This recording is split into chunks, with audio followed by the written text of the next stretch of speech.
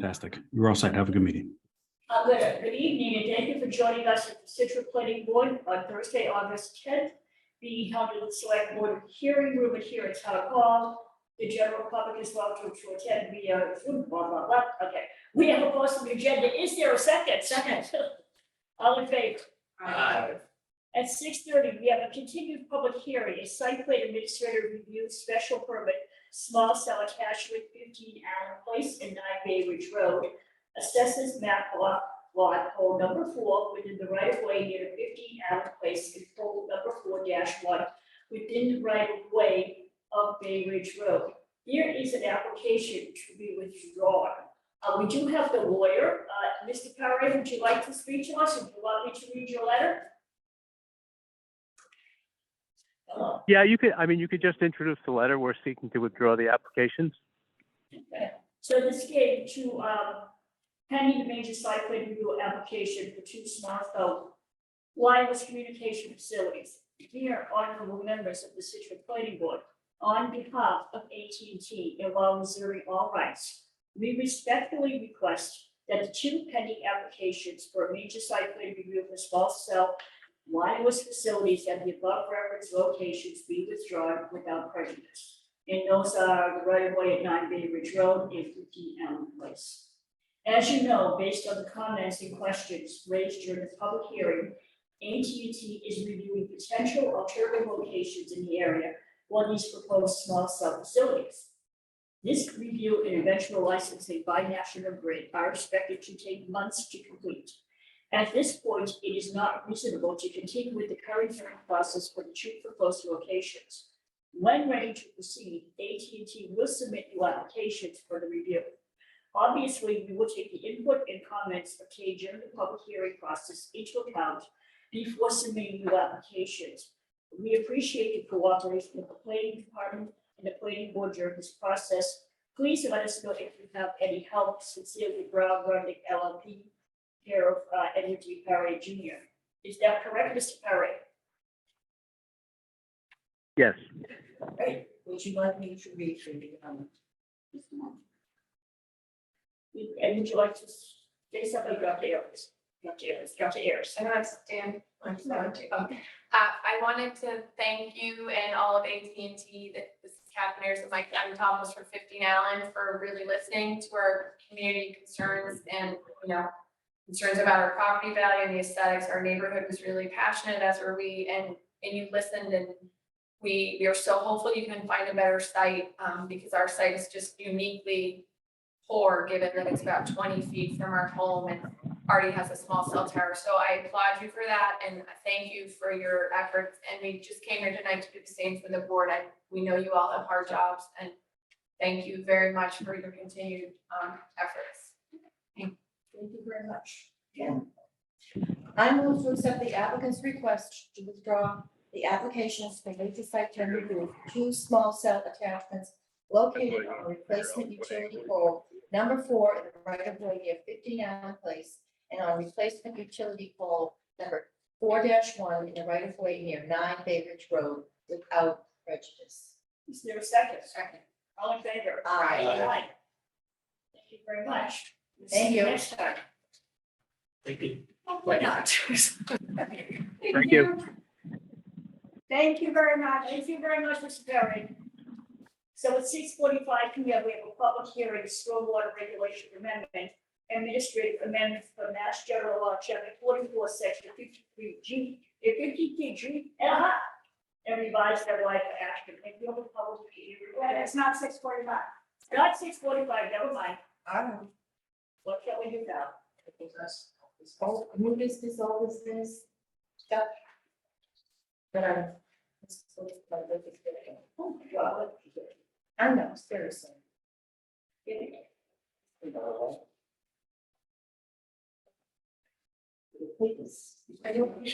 want to do old business, new business, or do you want me to give an update on MBTA communities first? Why don't you do that? Yeah. All right, so we have been working with the consultant on the MBTA communities. The consultant ran the numbers. I sent you all the technical memo that the consultant wrote, and it's a mouthful. But the bottom line is on page 2. we basically, planning board directed me to ask her to run a scenario with 18 units per acre for North Scituate Outer Village, 16 units per acre for North River Neighborhood, and 17 units per acre for GVC and GWB. That nets us 1,250. We need 1,239 units. So that scenario would result in the town's compliance with the lowest unit capacity and lowest aggregate increase in dwelling units per acre. So I think that's what she's pursuing when we have our meeting at the end of the, we're having a meeting, the working group meeting at the end of the month. She will explain her technical memo, and hopefully she will have some of the recommended zoning changes in addition to the density that, that have to be done. We also will be talking about at the working group meeting, the financial feasibility analysis. She contacted the state, there's no way she can get away. So that presents a problem to the town of Scituate right now because we're requiring 20% affordability when the state wants 10% max. We think we can defend our numbers, but that's where we are. She has indicated to me that there is money available for grants. And so maybe, I was gonna wait for the working group to decide, but is the board interested in applying for, having me apply for a grant for the financial feasibility analysis? Well, I guess the question I have is, why are we being punished for asking for more? We don't know. Because it's all about housing. It's not about affordability, it's about housing. Do we know you have to have affordable houses to be able to live here? Well, yeah, we understand that, but we still need to, that's, the directive is housing, not affordable housing. And what's the nature of the financial analysis then? Oh, it's pretty complicated. I can send everybody, you have to provide a narrative of, your zoning, you have to give your zoning, you have to provide this checklist, you have to do an Excel-based development pro forma. You have to do a bunch of stuff. But what are they trying to determine when you say financial, the viability of what?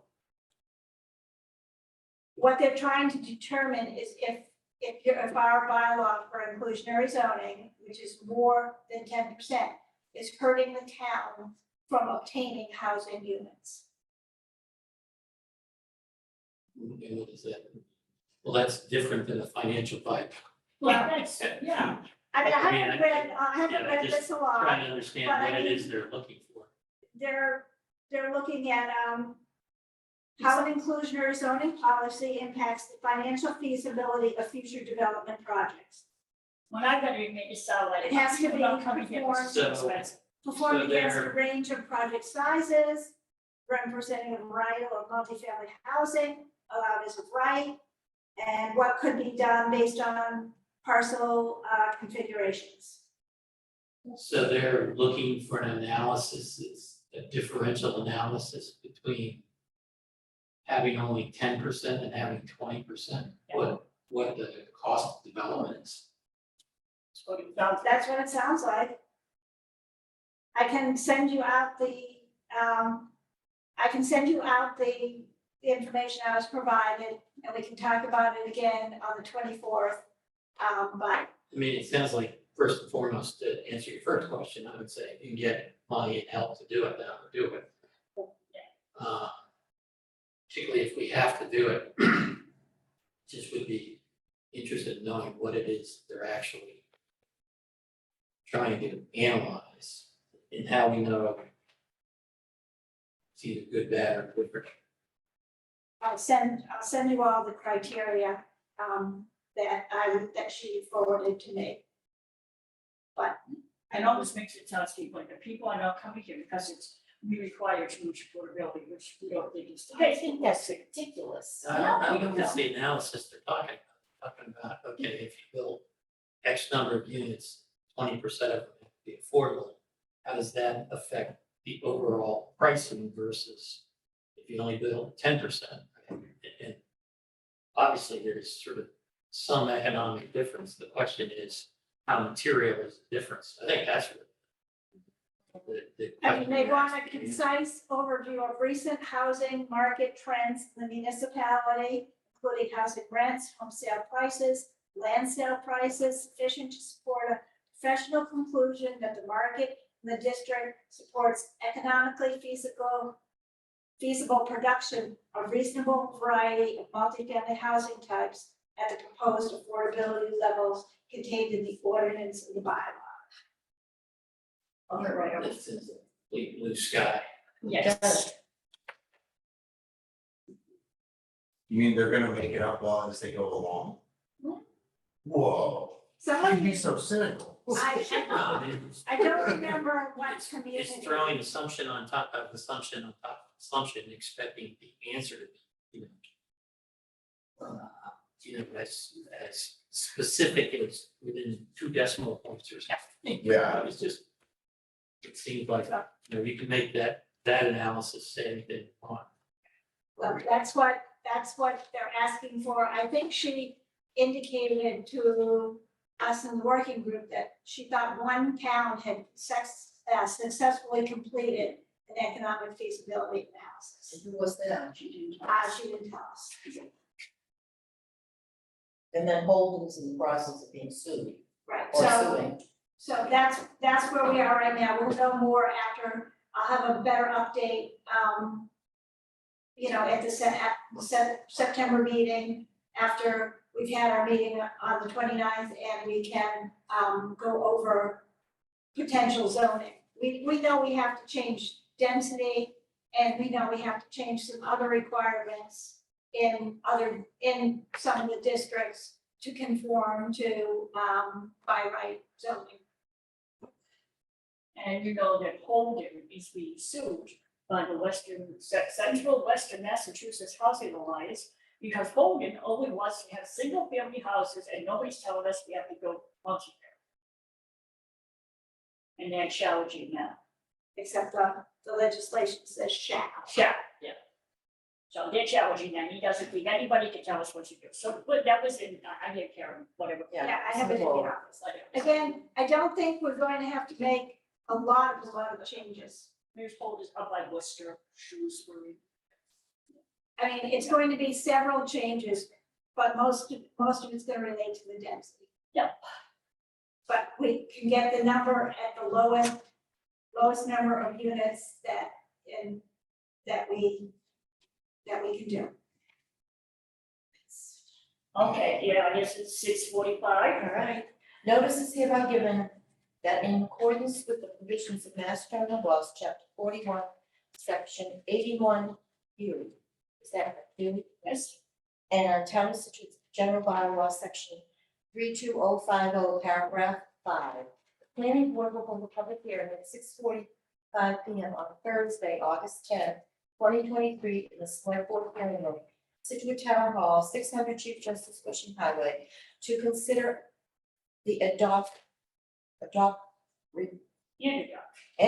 revisions to the Town of Scituate stormwater regulations regarding the employment of outside consultants pursuant to Mass General Laws, Chapter 44, Section 53G, surety deposits pursuant to Mass General Laws, Chapter 44, Section 53G1/2, and revising the deadline for the planning board to respond to stormwater permit applications. Copies of the proposed revisions to the stormwater regulations are available at the planning office and town clerk's office and may be viewed during town hall's regular business hours. Thank you very much. I'll have a copy of it. Right, so I gave you all a copy of that. Town council indicated we need to do these changes, as soon as possible. And it's a result of, a landowner, then having, some some major problems with. So, even though we have other things that say 50, where we can do 53G, and have peer review, it's not specifically in the stormwater regulations, and he thinks that it should be specifically in the stormwater regulations. That the stormwater regulations and the stormwater bylaw do not agree with time for action. Stormwater regulations say 21 days. The stormwater bylaw says 31 days. If the attorney general has opined a bylaw trumps regs, he still thinks this change should be done now because we're opening up the, the regulations. And he wanted me to add something about 53G1/2, which is surety. And so we've come up with wording on surety.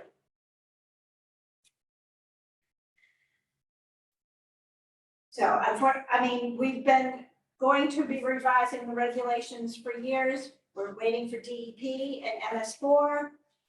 And, I don't know what's happening with DEP. I've gone to a seminar or two on changes to the regs, but I don't know exactly when they're imminent. They've been wanting to change the regs since the beginning of COVID. Our MS4 plan has been under review now for a couple of years. So it's not the right time to do any other changes that we know need to be done.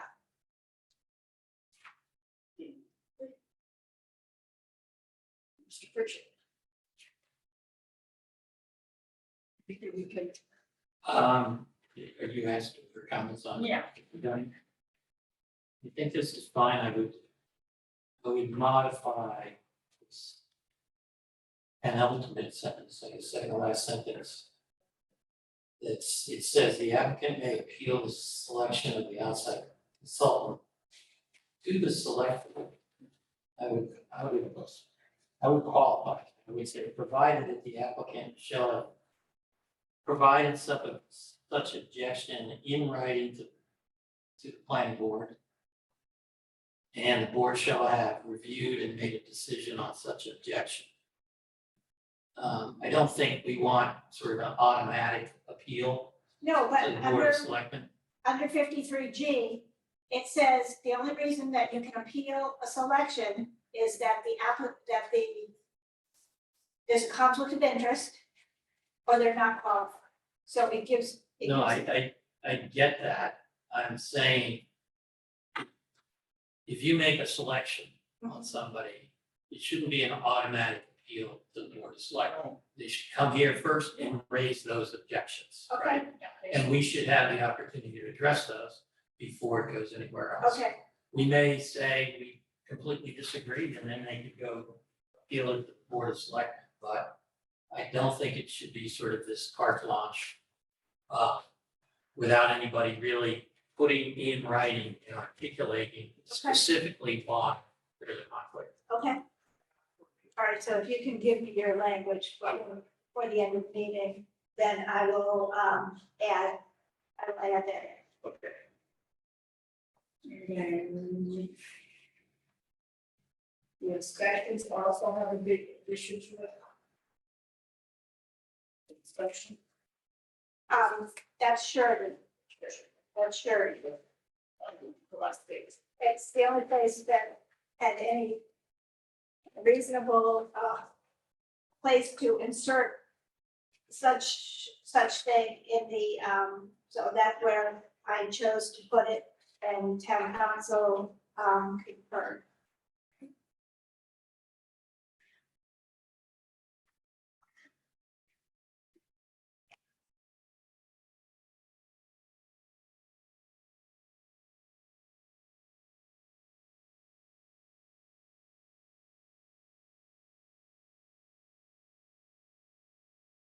These 3 years, reasonable timeline.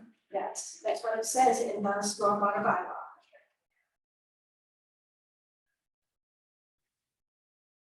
Give this wording, a lot of it, town council wrote because he didn't like my wording, and And so, it's, you know, it mirrors our bylaw, et cetera. It's okay, me. Yeah. Bob? Yeah. The public here. So this is a public hearing. Do we have anybody from the public who wants to say something? Or online? If you're online and you'd like to make a comment, now would be the time. You can raise your hand on the bottom of your screen and let us know you'd like to make a comment. I don't see anyone in the room that's looking to make a comment. Nobody in this room either, okay? We already practiced this practice, but one particular landowner has been a thorn. I move to accept the changes as written to the stormwater regulations dated August 10th, 2023, I think you just want to say as amended. Yes. as amended on August 10th, 2023. Second, Second. all in favor? Aye. Well, our next one is another continuing public hearing, but it's also 7 o'clock. Oh, you think I don't want to. Minutes.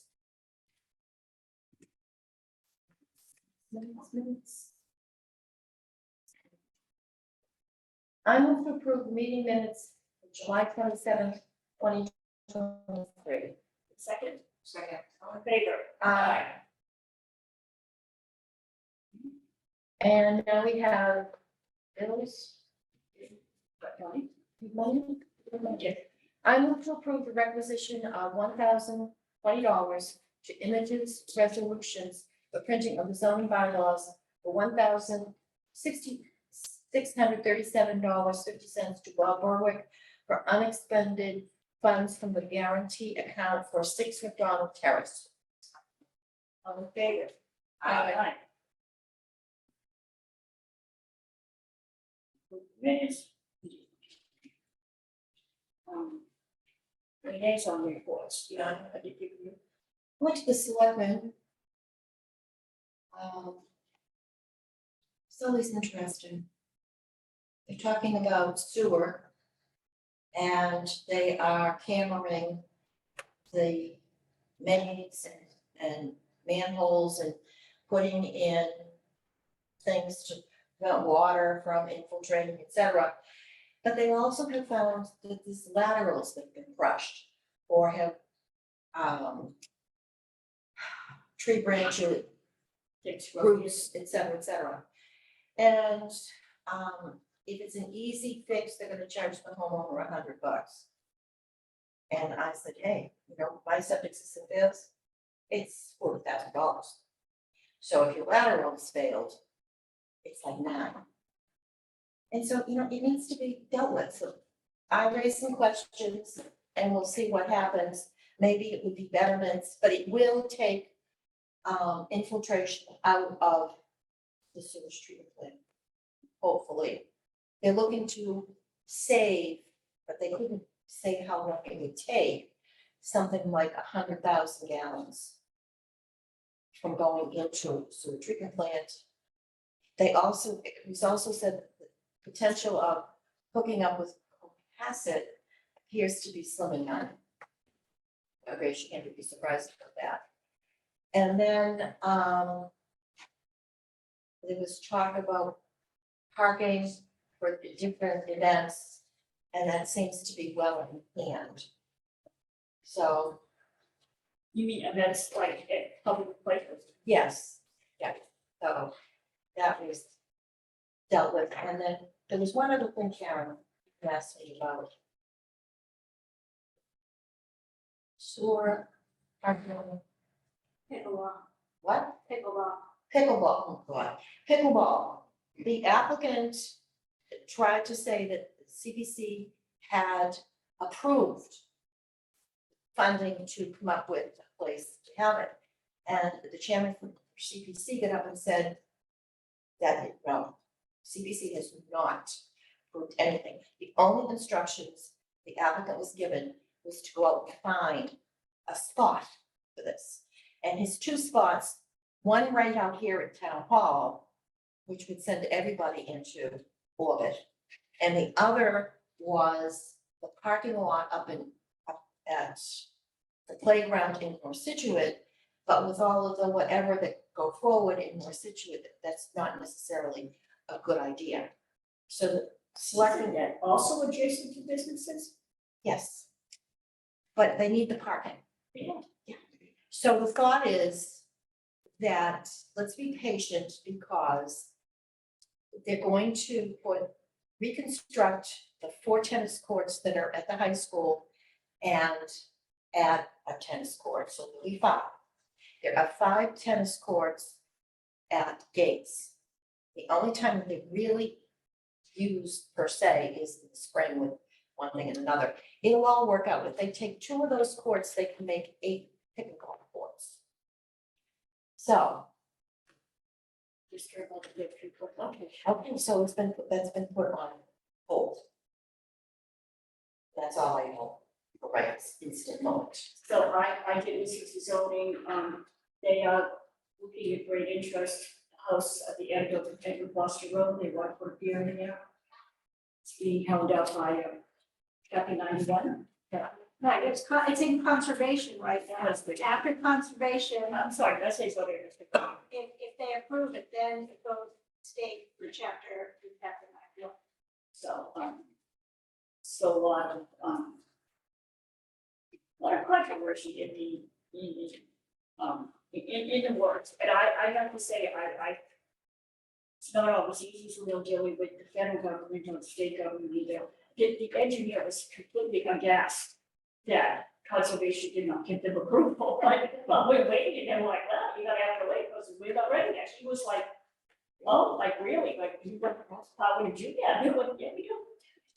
So, I think that's gonna be a long and fairly, probably arduous process for that to end, so. And that's it, that's all we, and I did, the new advisory first, this is my first meeting. Who said that they weren't, that conservation didn't approve that? The state, the man, the Well, engineer. let's put it this way, conservation now can do that, but maybe the state will change that and they will say shall approve in a certain amount of time, like that shall put housing in. Yeah, like I said, I think one of the issues here is where it's going. So it's right across the curb of J. So there's lots of pushback from. And it's a long pier, it is too long, supposedly the regulations and flow and whatnot, so I don't, we'll see, it's always interesting on these little things. So is it 7 o'clock, can I say it's? No, 6:58. All right, I have 2 little things. September 12th, Patty, myself, and Shari are going to the select board to give an update on where we are with MBTA compliance. September 26th, I've reserved time on the select board meeting. And this has to be a joint meeting to appoint our new alternate member. It's a roll call vote with all the planning board and all the select board. So everyone needs to be present. September 26th. I've asked to get on early, both nights. Is that like 6:30, Karen? I don't know. I don't know any times. I'm just asking you to put September 26th in your calendars. It's probably like a 5-minute thing, but it has to be a joint roll call vote. And I mean, I think if we interview, the plan is to interview the candidates on August 24th. And then, if you have any other requirements or if you want a second interview or something, you have a month to make up your mind.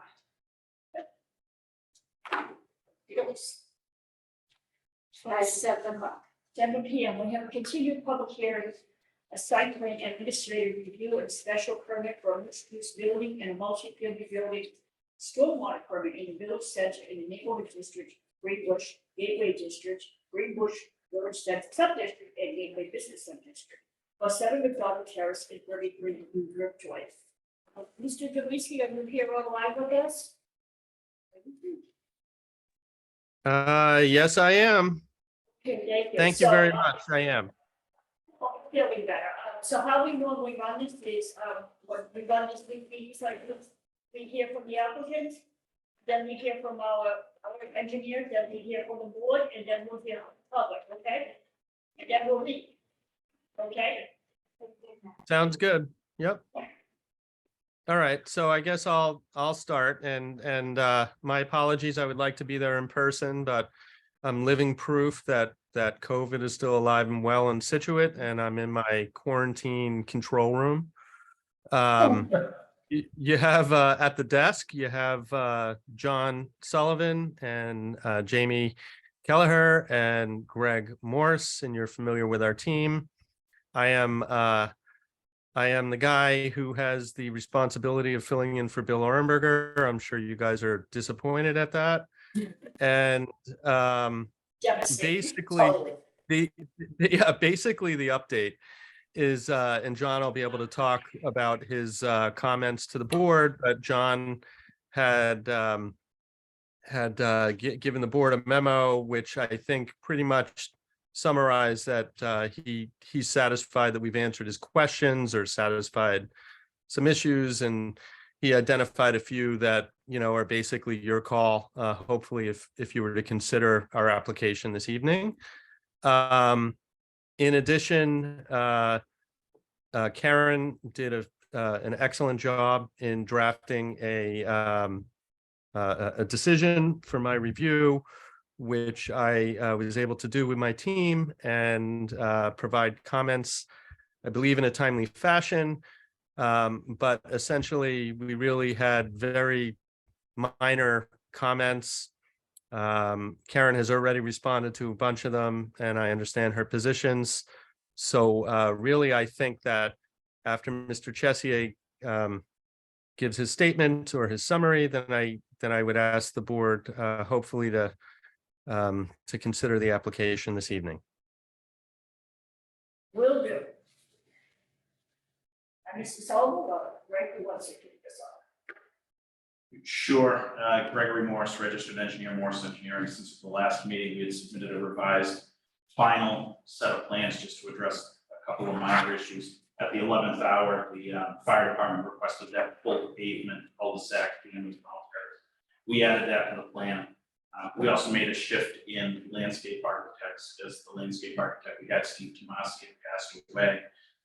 We shifted over to Sean Papich, who submitted his plan, which is nearly identical to the Tomasi plans, just on his title block. It does have a standard signature on it.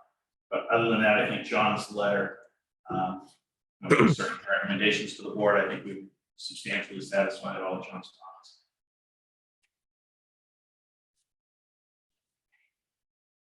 I agree with that. I mean, I told John I didn't really think he needed to speak tonight, but if he wants to say something, I think that I think John's comments have been addressed or they're conditioned so that it can be met. So if we go through to read these findings so fast and perhaps a decision, there are places where we do or do not agree, right? Ms. Burbine has requested that we take a roll call vote on each of those decisions.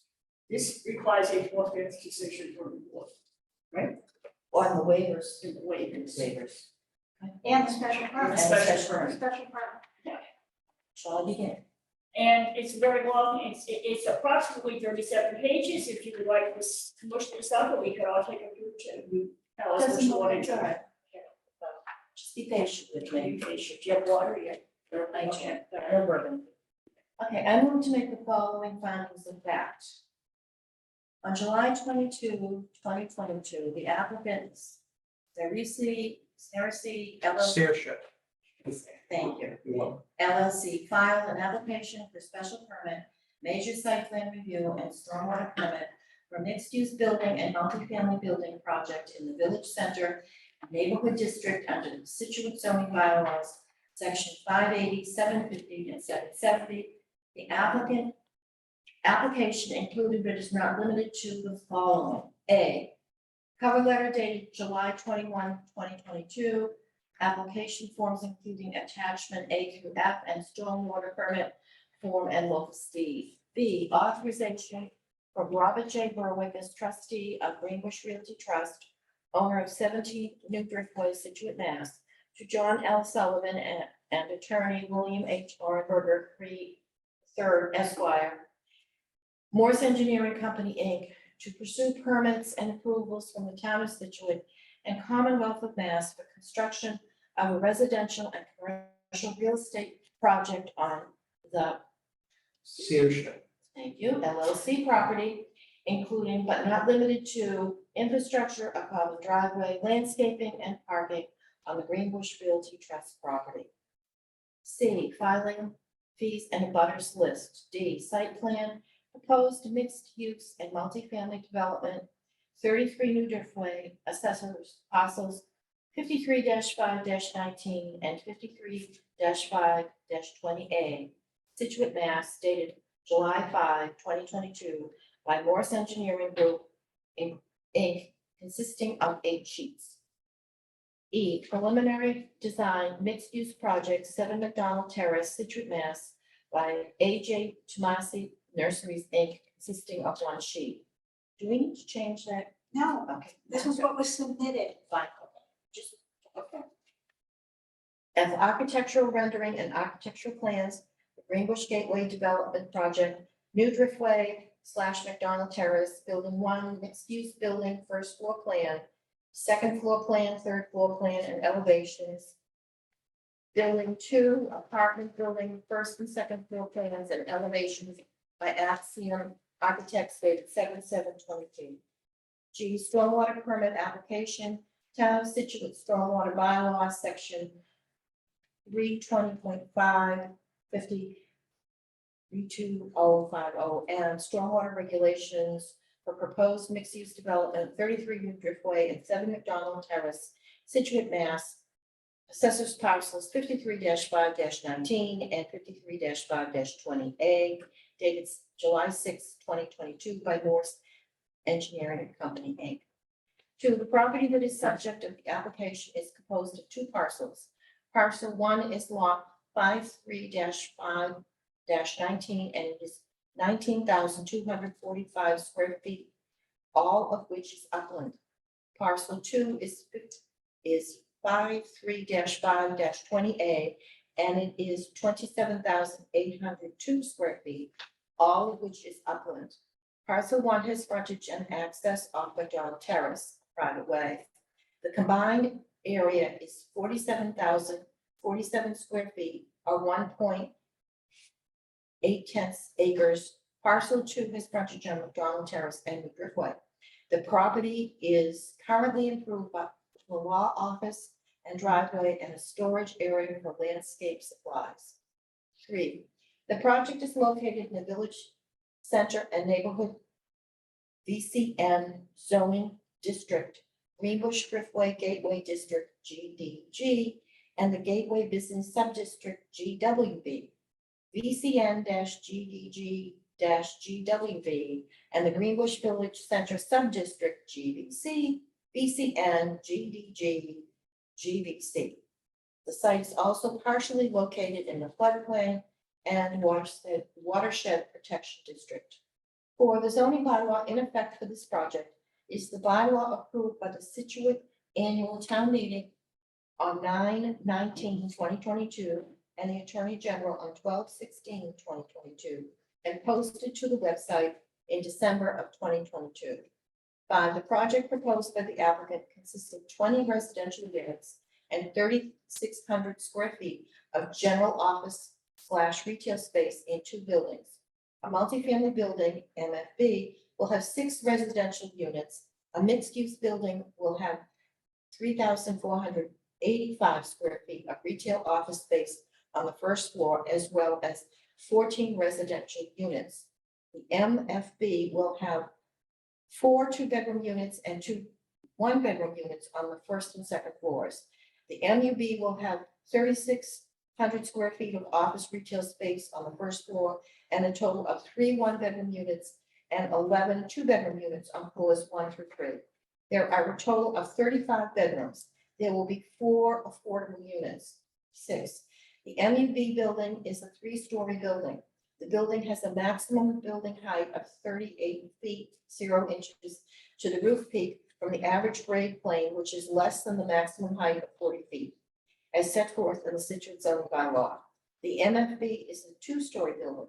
The building has a maximum height of 34 feet, 0 inches to the roof peak in the average grade plane, which is less than the maximum height of 40 feet as set forth in the Scituate zoning bylaw. 7, there are 38 total exterior parking spaces provided. This includes 2 handicap parking spaces in between Building A and Building B. The project requires 35 parking spaces. Parking is governed by Section 760.8 of the Scituate zoning bylaw, parking in mixed-use districts, Table 2, and requires 1 space for a 1-bedroom unit and 1.5 spaces for a 2-bedroom unit in a multifamily or mixed-use building, as the site is in the VCN district. General office retail in a mixed-use building requires 1 space for 500 gross square feet. 8, Section 760.7 does apply as the proposed use is mixed use and residential in VCN.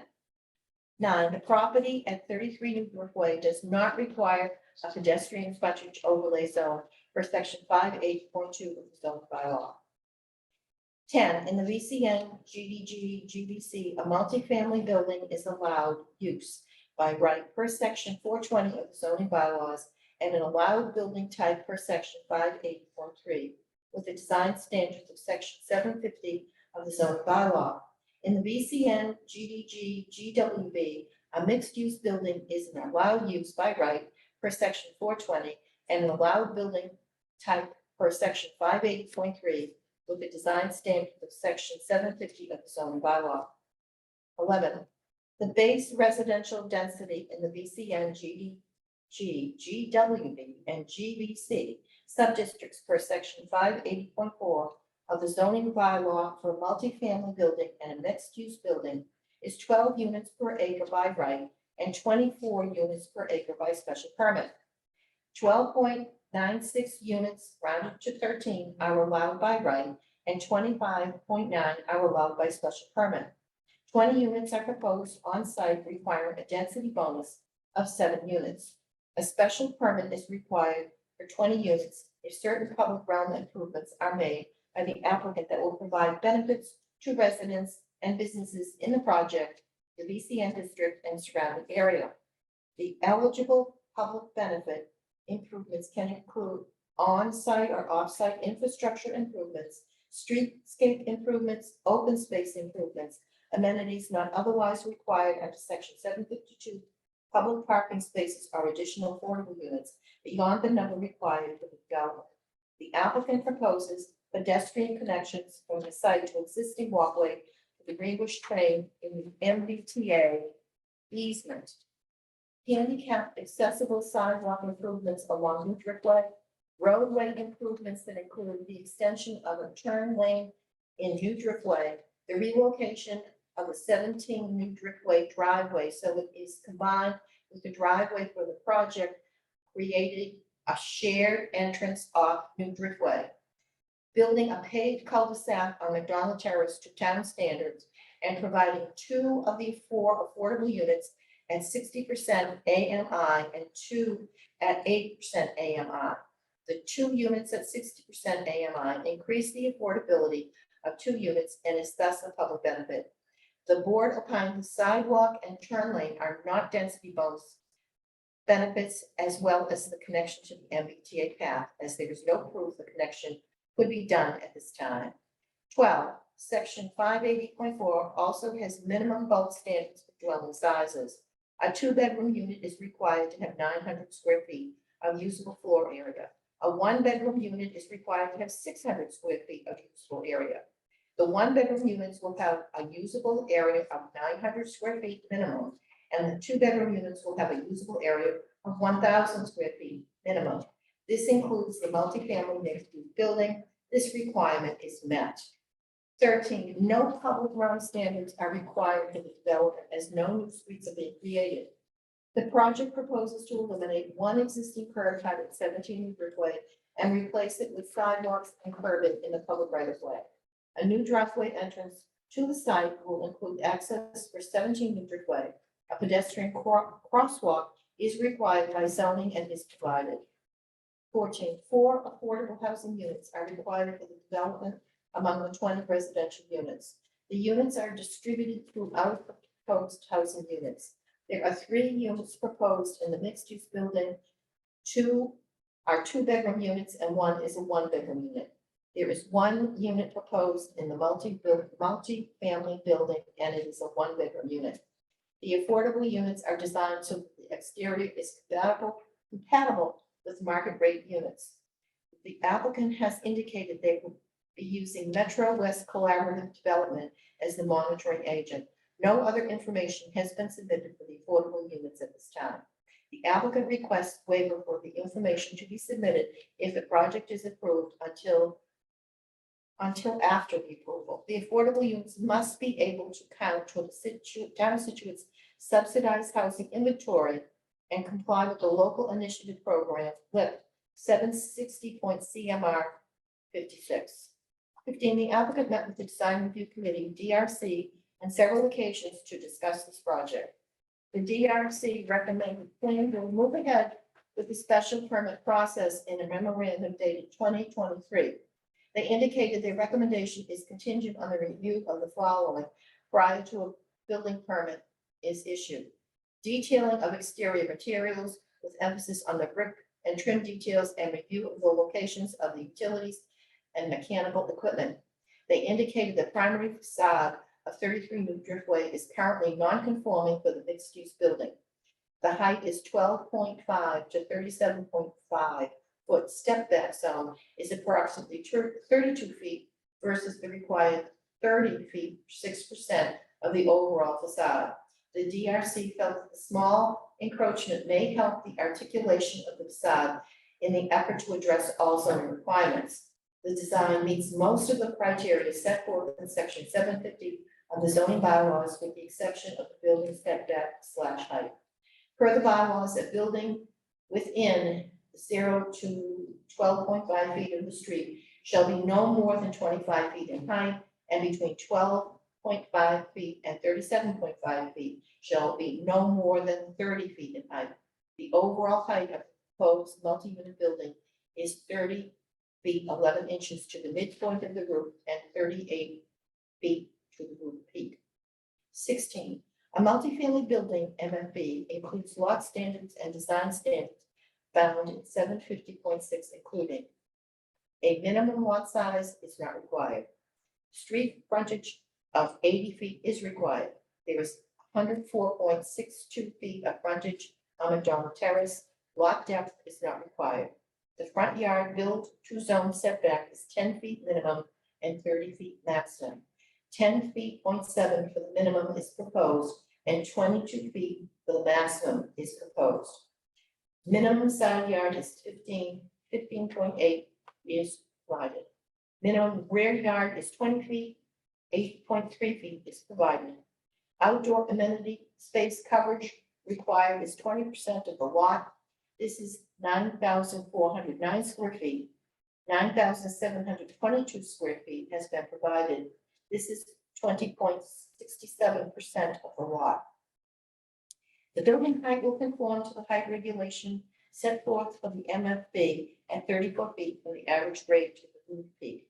This is below 40 feet. The minimum street facing wall is 60 feet and the maximum is 100. Under section 750.5B, 2D, vertical modulation and articulation, no street facing building elevation can be wider than 100 feet without special permit. At 60 feet is provided, no special permit is required. And street facing entrance is required and provided. A maximum building footprint is not applicable. 11. An MFB has general design standards found in section 750.5, including more than one principal building is allowed on a lot if the building lot dimensional standards are met for each principal building individually. There are 2 buildings on the lot. All principal buildings and accessory structures are located outside of any required front, side, or rear setbacks, except as otherwise permitted.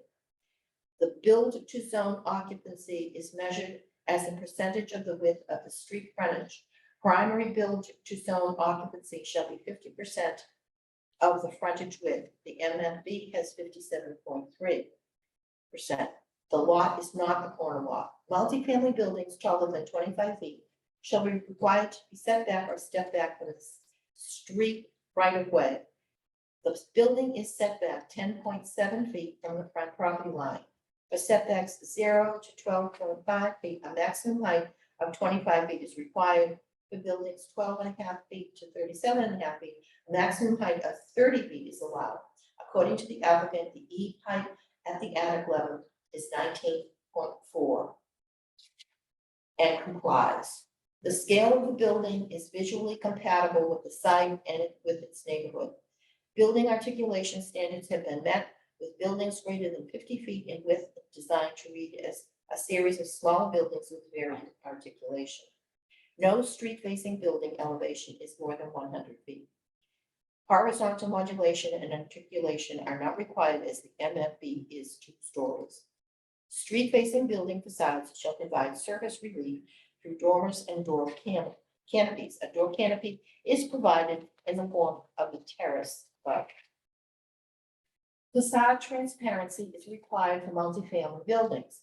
Windows shall be evenly spaced along the facade. Windows shall be low reflectivity glass. The facade glazing shall fall between height of 2 feet and 12 feet. Facade glazing requirements are only applicable to front face facades facing a street right of way. The project meets the requirements with window spacing, facade glazing occurring between the first floor and 10 feet 2 inches. Low reflectivity glass is proposed. The roof pitches 12 to 12 and 10 to 12 meet the criteria of 6 to 12 minimum and 12 to 12 maximum.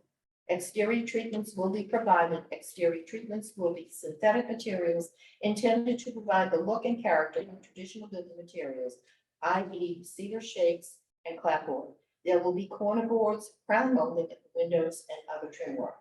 The roof will be architectural asphalt shingles in a brown color. Gutters and downspouts will be present. The windows will be operable. Architectural elements are continued from the front to the side of the building. The proposed building has textures and patterns. 18. A mixed-use building MUB includes lot standards and design standards found in 750.6, including a minimum lot size is not required.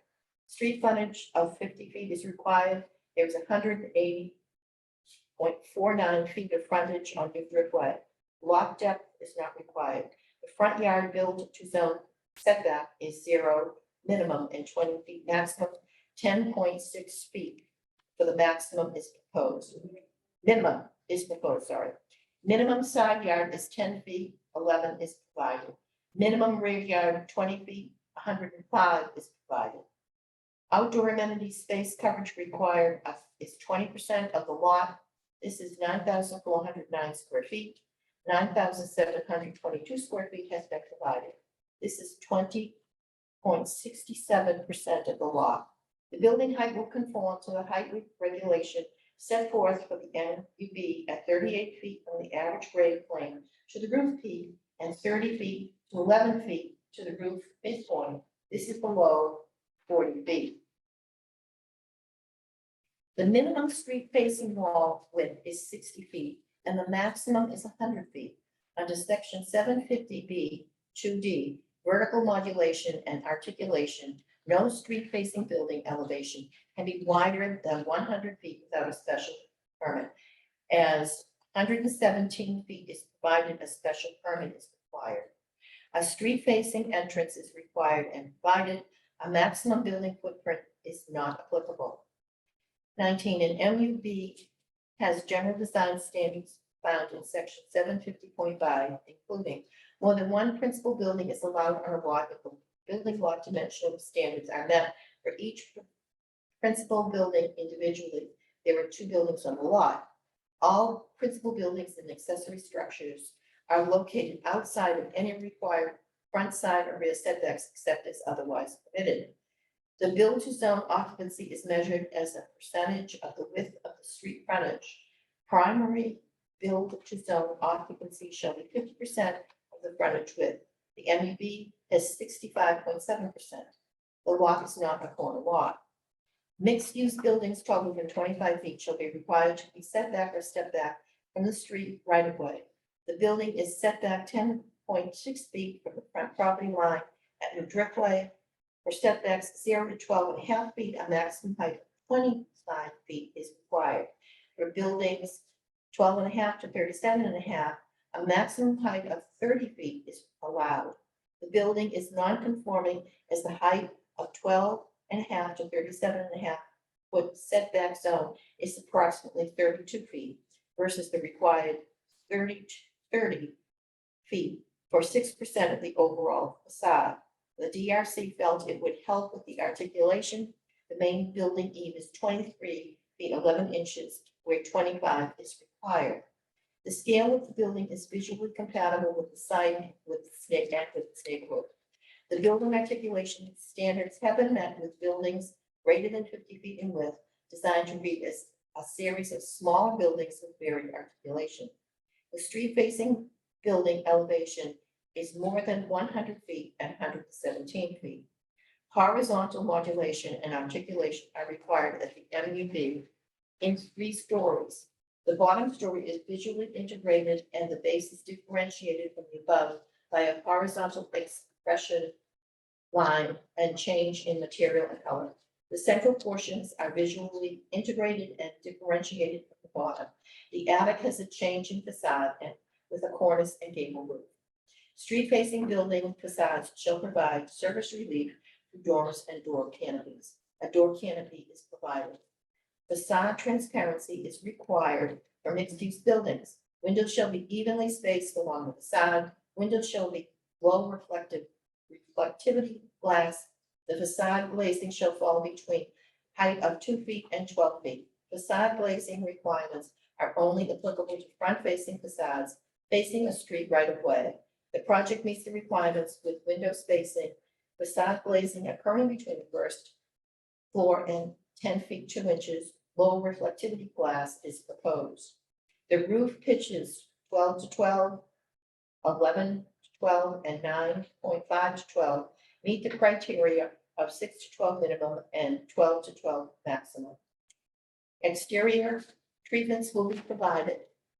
Exterior treatments will be full depth red brick for the lower level wall material, and fiber cement clapboard in a light color intended to provide the look and character of traditional building materials, i.e. clapboard. There will be corner boards, crown molding at windows, and other trim work. The roof will be architecturally asphalt shingles in a weathered tan gray color with a sloped roof and an EPDM or TPO roofing in gray or black color for the flat roof area. Trim materials will be white PVC. Balcony railings will be white PVC and decking will be composite materials to look like a brown wood. Gutters and downspouts will be present.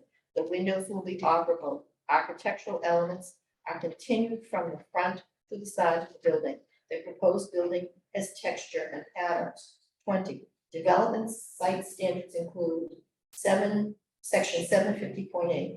The development site consists of 2 buildings. The development site does not include any existing or proposed right-of-way. Multifamily building and mixed-use building are permitted building type in this district. A minimum of 8 feet of frontage on a public accessible street providing access to the development is provided. Development block standards are not applicable. Site landscaping is provided. Plantings are arranged to obscure the vision of traffic. To not obscure. Excuse me 1 second. Obscure the vision of traffic. Parking must be located at a minimum of 5 feet behind the front facade. The project meets this requirement. 2 handicapped accessible parking spaces are located between the 2 buildings. A street screen shall be required where parking is visible from a public street or sidewalk. A landscape screen is provided to screen parking from the walk along the west side of the property. A stockade fence is provided to screen parking at the north property line. Landscape screening is proposed along the walk by McDonald Terrace to screen site parking. Landscape screening is proposed in front of the new parking spaces at 17 New Driftway to hide them from new Driftway. A driveway servicing the site is shown off New Driftway. It is proposed as 24 feet wide. New public utilities are proposed as underground. An outside trash storage area is proposed in a dumpster with a fenced enclosure. The garage for the MUB is located on the north side of the building. It does not face the street. Bicycle racks have been provided at a rate of greater than 10% auto spaces. 5 bicycles can be accommodated at the rear of the MUB. Sustainable site design was required in the VCM district for section 751 of the zoning bylaw. Stormwater management shall conform to best management practices as described in the Commonwealth of Massachusetts Stormwater Management Handbook. Pre-development hydrology is maintained by infiltrating stormwater in underground chambers and having some pervious pavement for walkways. The post-construction peak rate and volume of runoff is not exceeded for the 1, 2, 10, and 100-year 24-hour rain events. Stormwater best management practices are required. Treatment streams of deep sump footed catch basins and subsurface infiltration are provided. Minimization of impervious surfaces is not provided as there is a significant increase in impervious on the site. Yeah. Bob, you want to pick that up on the 22? Yeah. Total impervious area on the site is 32,654 square feet. The area of disturbance is 45,550 square feet. The landscape plan shall be required for all submissions except where waived by the planning board. To the greatest extent possible, a native plant shall be maintained and no plants listed as invasive or prohibited by Massachusetts shall be used. Existing invasive plants shall be removed. A landscape plan has been provided. Native landscaping is minimally proposed. Landscaping is reasonable except there is no diversity in the screening. Lawn area in the front yard is minimized and fertilizer use is discouraged. This requirement has been met. 24. Multifamily residential development shall provide access from parking lots to a public sidewalk at the primary building as indicated in section 760.8.F2 public ways. This is provided by a walkway connection from the MFB to the MUB and then from the MUB to the existing sidewalk in the right of way of the Driftway. 25. Section 76 parking. A special permit is requested to allow the use of tandem parking for 14 spaces by the MFB. Up to 75% of tandem parking is allowed. 37% is proposed. 9 by 18 feet parking spaces have been provided with 162 square feet as required.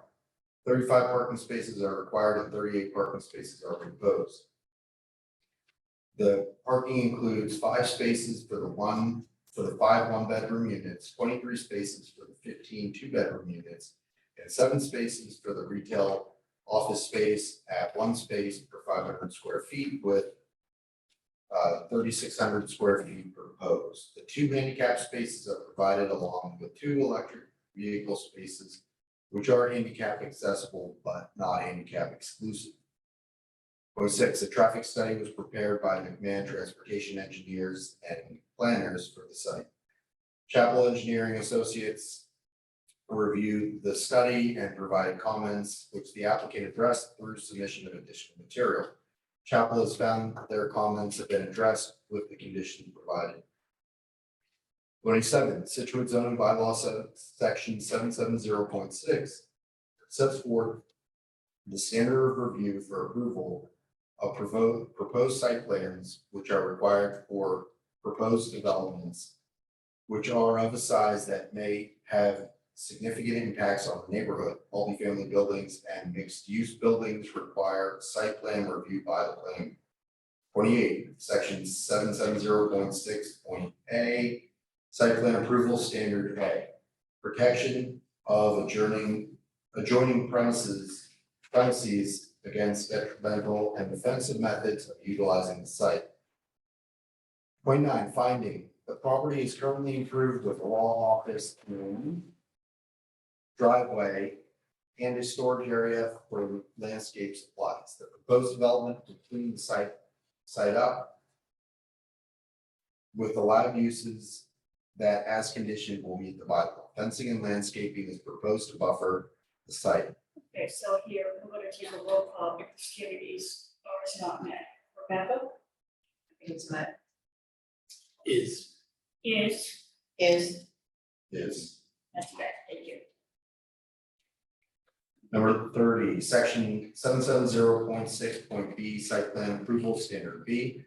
The traffic safety and ease of access at street and highway entrances and exits of driveways, taking account of traffic volume, grades, site distances, and distances between such driveway entrances, exits, and the nearest existing street or highway intersections and times of peak traffic flow. Finding, the site is located on New Driftway. The project will consist of a multifamily building with 6 units and a mixed-use building with 14 units.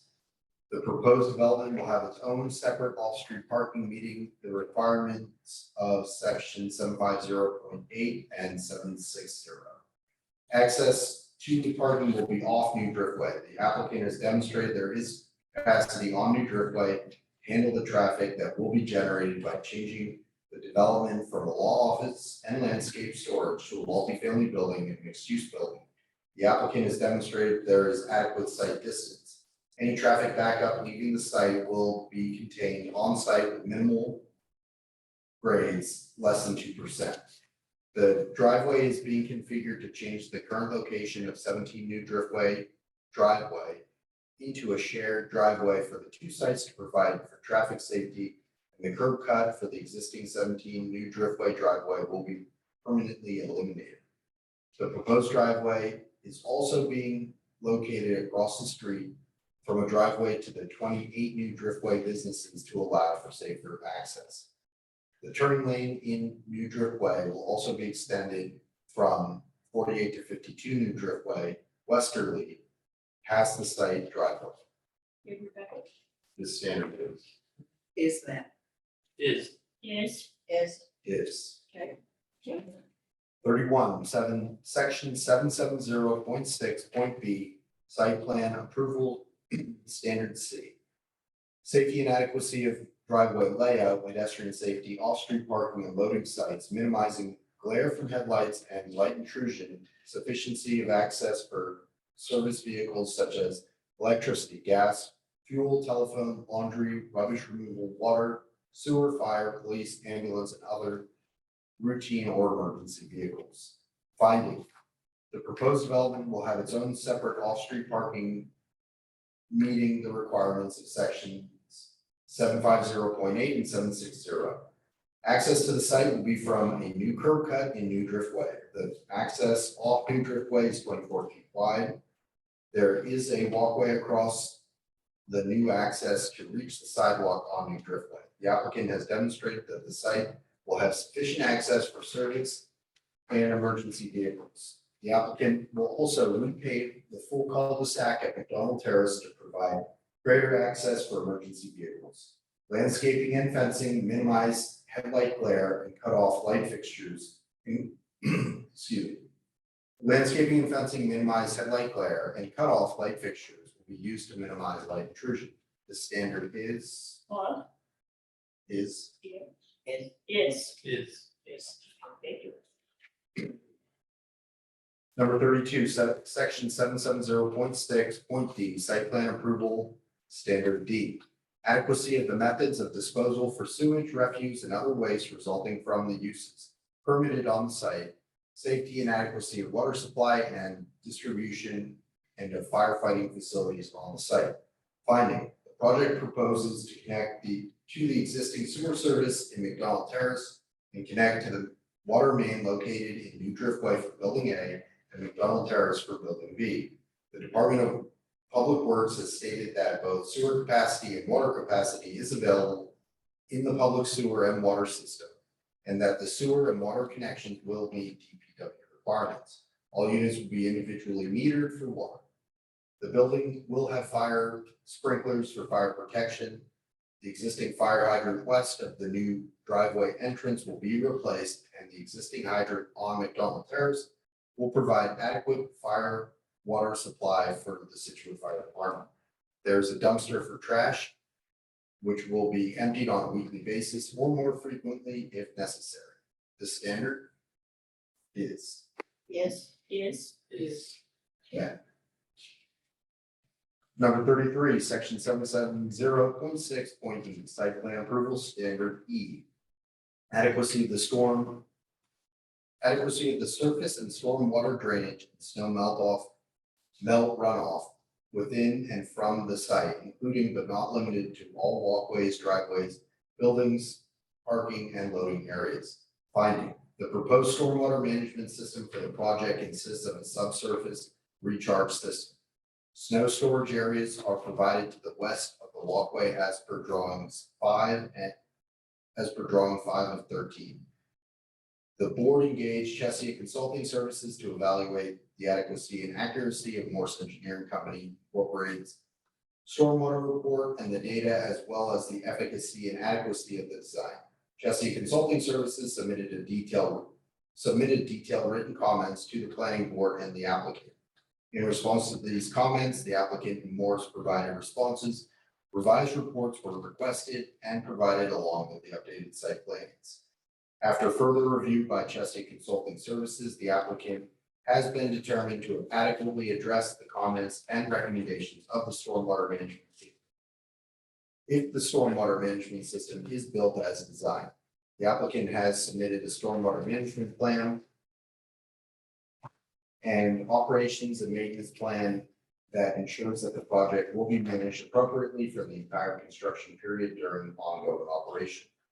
The applicant has submitted an erosion and sediment control plan that have been reviewed by the board's peer review consultant. The board has determined it acceptable with the conditions provided. The review of the stormwater management system by the planning board's consulting engineer and their approval of this site plan review and special permit eliminates the requirement for a separate stormwater permit under the stormwater general bylaw and its regulations for any work that conforms to the plans. Gregory J. Morse, professional engineer, has certified that the drainage system will result in post-development runoff characteristics, including peak flow, total volume runoff, and water quality runoff, to be equal or less than pre-development runoff characteristics. The standard is met. Do you want me to pick up at 34? 34, section 760.6F, site plan approval standard E. Adequacy of provisions made to protect against toxic or hazardous materials or oil discharge or loss resulting from corrosion, accidental damage, spillage, or vandalism through measures such as spill control provisions in the vicinity of fuel delivery points, secured storage areas for toxic or hazardous materials or oil, and indoor storage provisions for corrodable or dissolvable materials.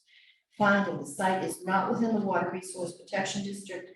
There are no toxic or hazardous materials proposed to be stored on site or oil discharges. This standard is 35, section 770.6G, site plan approval standard G. Minimizing the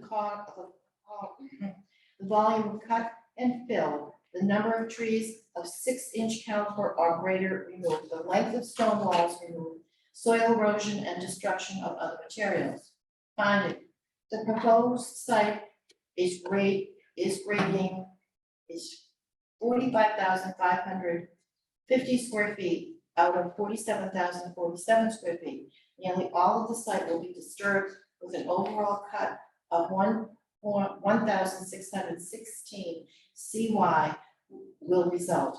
However, topsoil stripping and various structural fills will be needed to be brought in to accomplish the grading resulting in not a significant grade change on the site. The majority of site trees are proposed to be removed. This standard Yes, is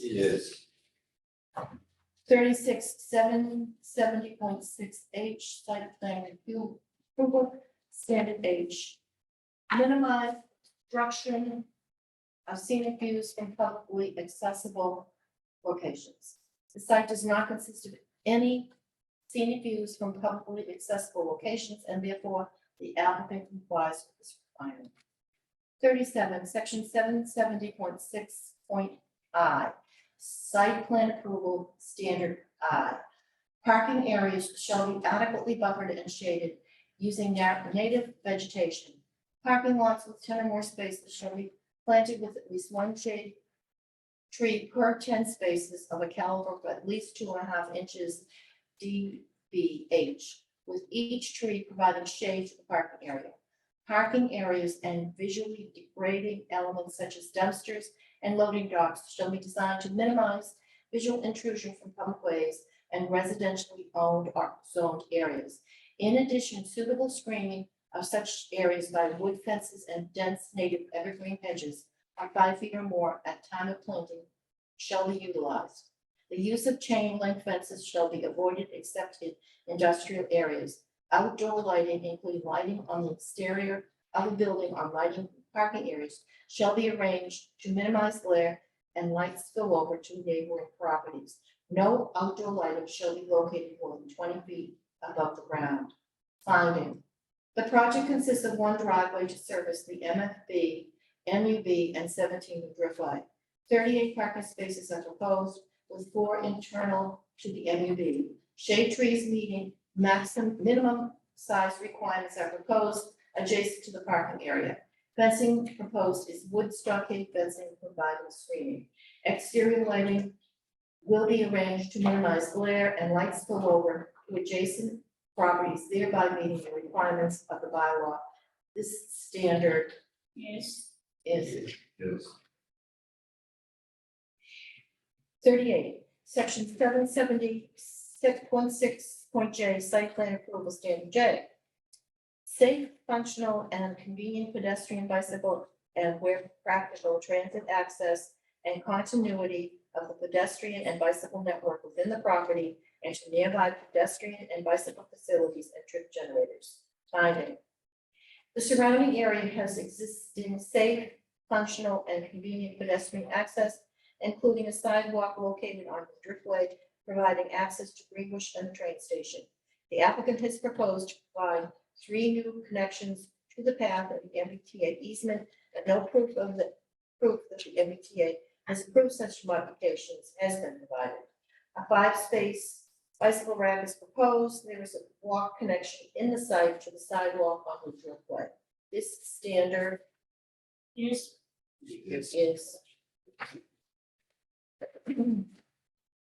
based on these findings, the planning board finds the stormwater permit, site plan review, and special permit of the village center and neighborhood districts meets the requirements under the village center and neighborhood district. Sections 580, 750, 760, and 770, as the project will be in harmony with the general purposes of this bylaw and the requirements of Mass General Laws 40A, and it will not have a greater detrimental impact on the neighborhood with a conventional residential development plan, and is designed with consideration for public health and safety.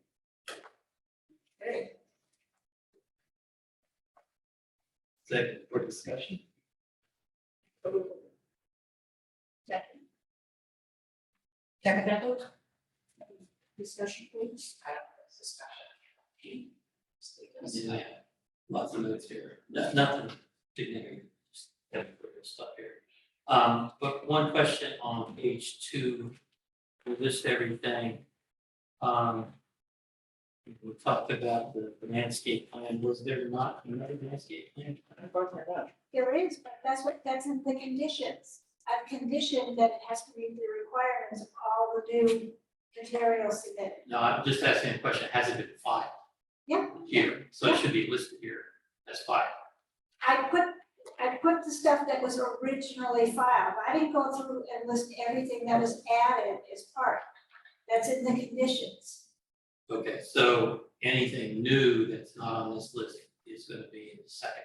It's gonna be in the conditions.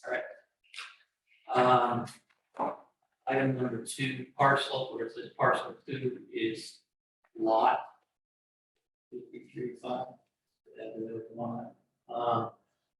And number 5. I didn't quite understand, there, it says a mixed use building will have 3,485 square feet. And then it said the mixed use building will have 3,600, That should be 3,600. so they both should say They 3,600. both should say 3,600. Okay.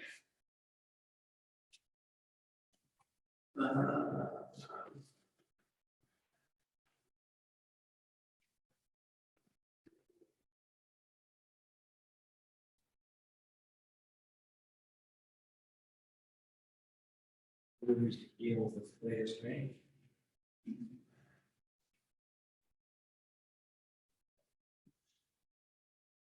On page 5, it is just a wording thing. Where it says at the very top, it says they indicated that the condition is contingent on review of the following prior to a building permit. I think it should say being issued as opposed to is. Then if you start with number 16, we'll go through a few pages, but there are areas where we use sort of proposed and provided interchangeably. And I think we should be using the word provided because we're expecting all this. So for instance, fourth bullet down, it says 10.7 feet for the minimum is, it should really be provided, not proposed, right? And 22 feet for the maximum is provided. Then the second to last bullet on that page.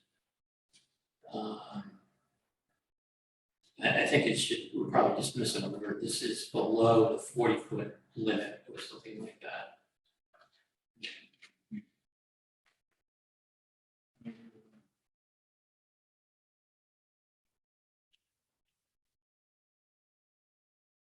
I'm sorry, Steve, where were you on that one? Which paragraph number was that and which bullet point? Bullet, second to last bullet point on page 5. Thank you. On page 7, top bullet point, the last word should be provided. Right, proposed. 18, second bullet point. It says there is 180.49 feet of frontage, I would say provided on the driftway. And then the fourth bullet point down, change proposed to provided.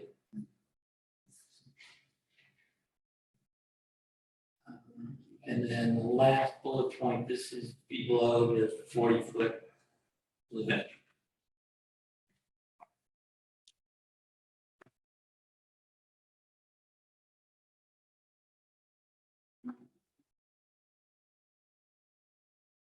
Then number 19 on page 8, and down to 5th bullet. Variance is the main building eve is 23 feet 11 inches, where 25 feet is the limit as opposed to required. Right? Yeah. I don't think it's required, right?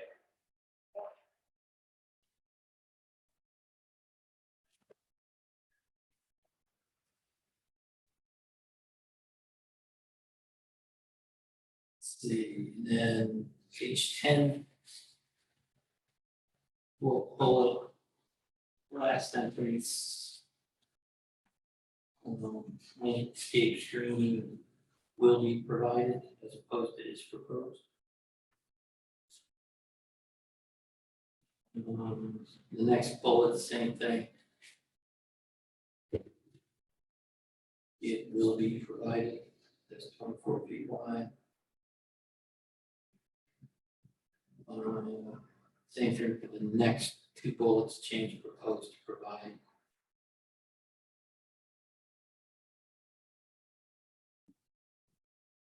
Envelope will change, What's that? envelope will change then. Yeah, pretty much, I think we just, that's what we're expecting.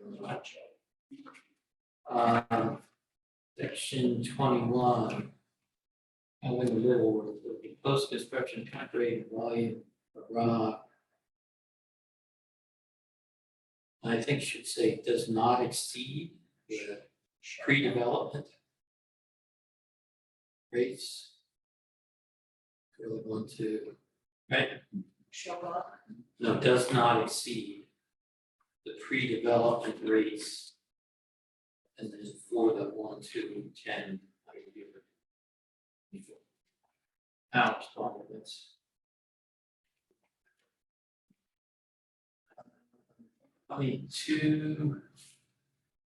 Just at the end, 6 square feet.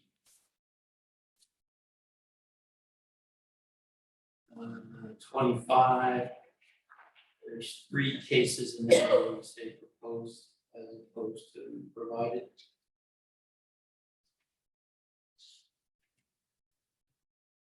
28. This might be just a formatting thing, Karen, but you numbered the finding for 28. Yes, that's I missed, So you that's just a have to mess, that's a renumber mess these. up, yeah, that's a mess up, yeah. Okay. And then 30. The last sentence. Just the spelling thing, should say westerly. As opposed to westerly.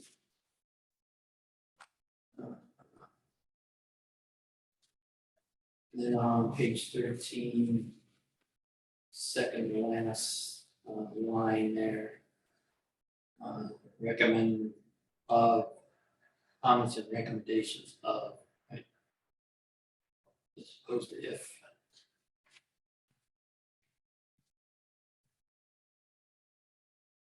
And then on page 14 at the top, the first sentence, the non-sentence at the top, it should say, let's see, that ensures that the project will be managed appropriately for the entire construction period and thereafter during ongoing operations.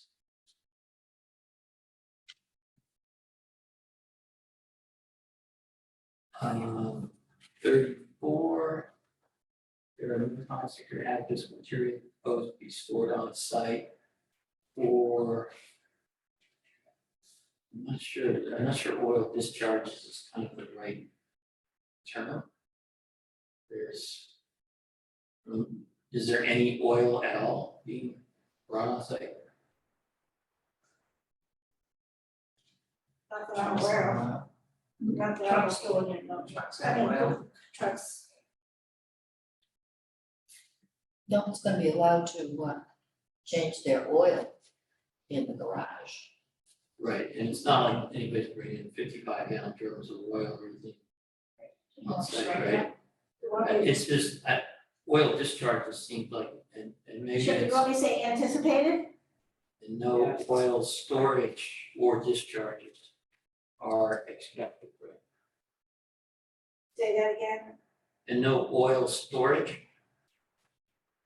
or discharges are expected.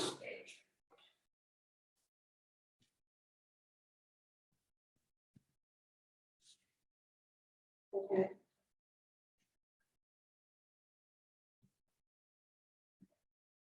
Under 35, the proposed site is,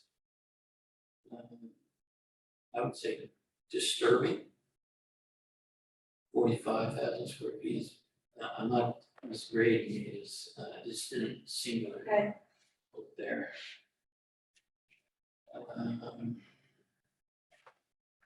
And on page 15, 37, there's a couple of proposed in there as well. That's it. All right, Yeah, another. Do you want a second as amended? Unless anybody else has comments. Do you have comments? Nope. Second as amended, Second is amendment. all in favor? Aye. Okay, all right. Wrong page, 16. Decision. Based on the findings of fact and testimony provided at the public hearing, the planning board approves the stormwater permit, site plan review, and special permit in the Village Center and Neighborhood District, 7 McDonald Terrace, 33 New Driftway, the site, with the following conditions. General requirements.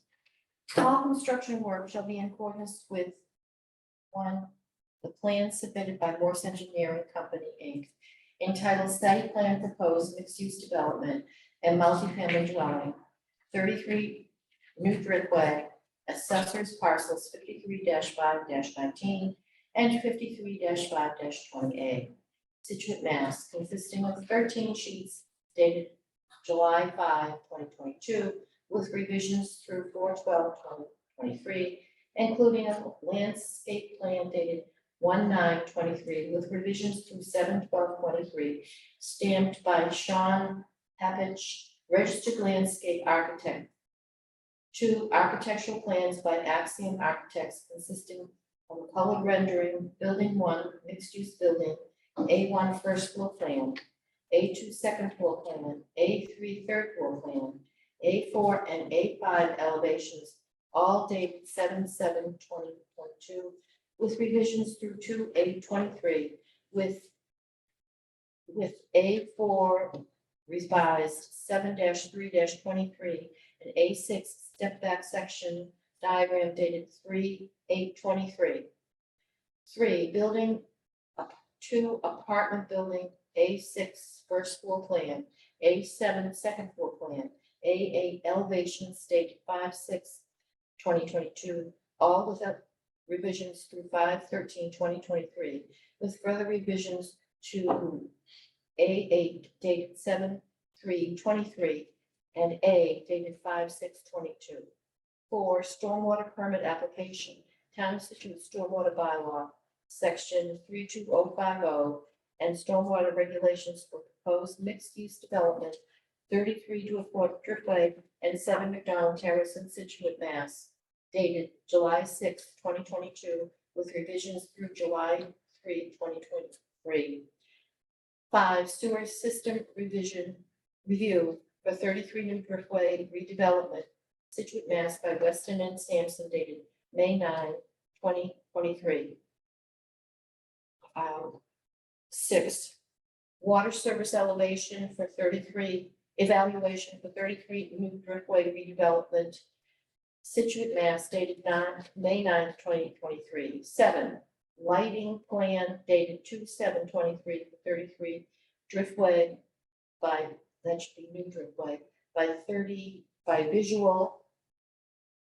8, traffic impact study for proposed mixed-use development at 33 New Driftway, Scituate, Mass. By McMahon Associates, Inc., dated July 20, 2022, and updated February 2023. And 9, cut and fill plan for 33 New Driftway by Morse Engineering Company, dated 7/31/23. Final building elevations must be approved by the town planner prior to issuance of a building permit for conformance to submittal material. A copy of the approved plan and conditions must be kept on site at all times during construction.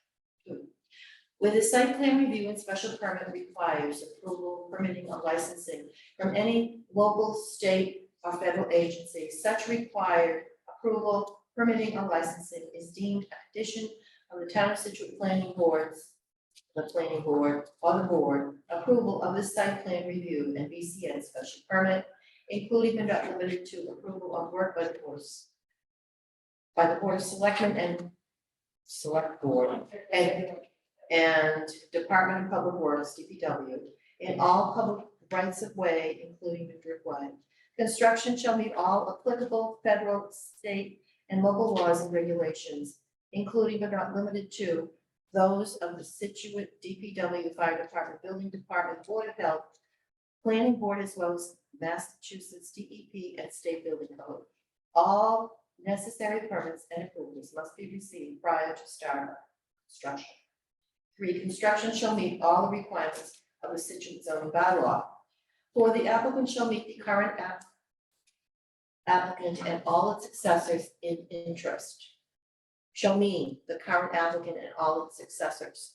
This site plan review and special permit shall lapse within 2 years, which shall not include such time required to pursue or await the determination of an appeal under General Laws, Chapter 40A, Section 17, from the grant thereof, if a substantial use thereof has not sooner commenced except for good cause, or in the case of a special permit for construction, if construction has not begun by such date except for good cause.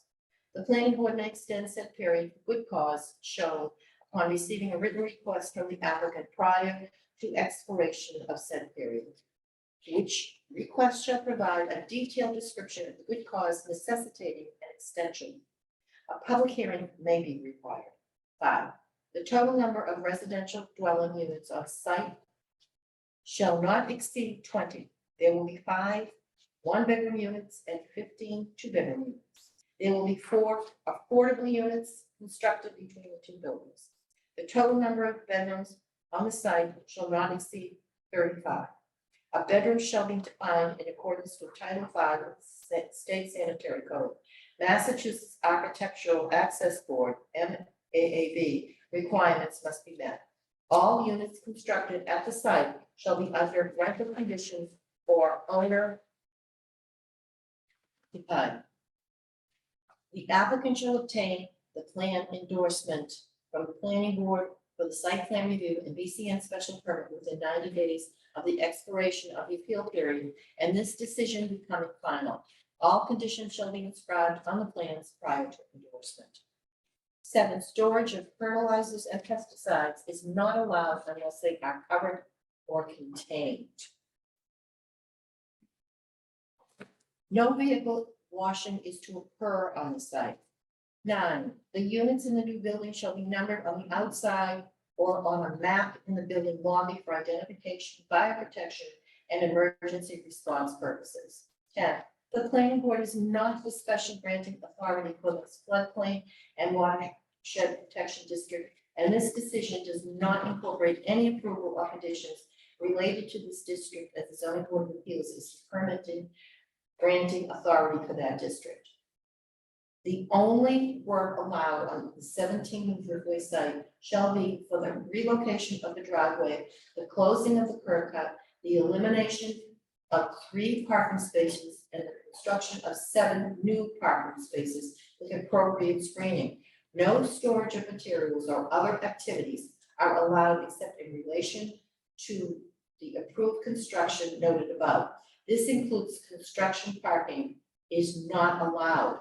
No construction parking on 17 New Driftway is allowed. 12, the 2 parcels must be combined into 1 lot prior to endorsement. 13, gates are not allowed at the entrance now or in the future. 14, the crosswalk across the new entrance shall be 10 feet wide and must comply with town standards and the MUTDC. This must be reflected on the final plans prior to endorsement. Now that's up. Waivers and special permits. A waiver is requested from 750.5A.3B, building setback and step back standards to allow a 32-foot high building within 12.5 to 37.5 of the front property line, where 30 feet is allowed as the small increase in height for 6% of the overall facade helps with the articulation of the facade. The board, That's the board of this way, Rebecca? Grants. Yes, Reds. Grants. 16, a waiver is requested from 754.4 and 754.5 of the zoning bylaw to allow for the monitoring agent and other affordable affordability requirements for the affordable units to be submitted after approval and prior for the first occupancy permit. The board Grants. grants. All, 17, all parking is limited to designated spaces as shown on the plan. A special permit is requested to allow 14 tandem parking spaces to be located on site for use by the MFB and MEB. The board, Grants. Grants. no. Grants. So, what do I? Just wait, okay. 18, the building is 117 feet long along New Driftway. A special permit is needed under section 750.5 B.2 D to allow a building wider than 100 feet facing the street. The board, Grants. Grants. no. Grants. What do I? Thank you. Access utilities, parking, traffic, and street improvements. 19, maintenance and repair of the driveway and parking areas, stormwater management, site utilities, snow removal, lighting, landscaping shall be the responsibility of the applicant and or his property manager. 20, all parking is limited to designated spaces as shown on the plan. 34 surface parking spaces, including 2 handicap accessible spaces and 4 garage parking spaces are provided. This includes 14 tandem parking spaces that are approved by special permit. 21, no vehicle access to McDonald Terrace is allowed during construction or in the future, except for the one trip at the start of construction with an excavator, so that the construction entry can be made to New Driftway. The excavator carrier must be moved on site as soon as possible and shall not obstruct McDonald Terrace. 22, a fully repaved cul-de-sac with pavement and materials to town construction standards is required on McDonald Terrace prior to any occupancy permit on site. Radii are needed to connect to the existing pavement. Soft cut of existing pavement is required to remove existing pavement in cul-de-sac prior to new cul-de-sac pavement. Minimum width of pavement is 65 feet as shown on the plan. Curbing is not required, but applicant shall stabilize the transition between the pavement and the ground to prevent erosion and undermining of the pavement edges. Construction vehicles for the cul-de-sac work only, except as otherwise limited, can access from McDonald Terrace.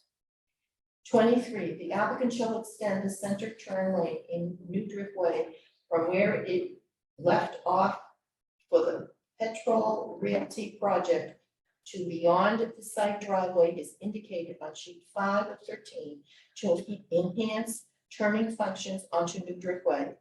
Thermoplastic paint shall be used. This work shall be reviewed, approved, and coordinated with the town planner and DPW engineering prior to implementation and must be completed prior to any occupancy permit. 24, no new underground irrigation systems are allowed to connect to the town's water distribution system or in any manner use municipal water in accordance with the policy made effective by the select board on October 8, 2014, and reaffirmed by the Scituate Water Commissioners on May 26, 2015. No on-site sources of water are proposed. All irrigation systems installed in accordance with the policy must be supplied by on-site sources or private water suppliers at the expense of the property owner.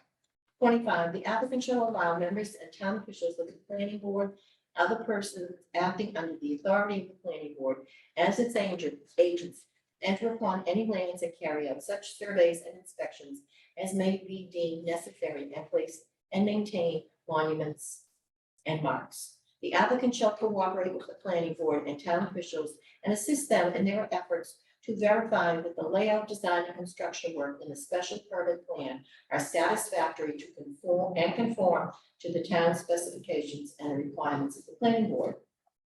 26, an independent inspector contracted or employed through the town shall perform the required construction inspections according to section 9 1.0 of the subdivision regulations. All required inspections that shall take place and be inspected by the inspector, including water and sanitary sewage facilities.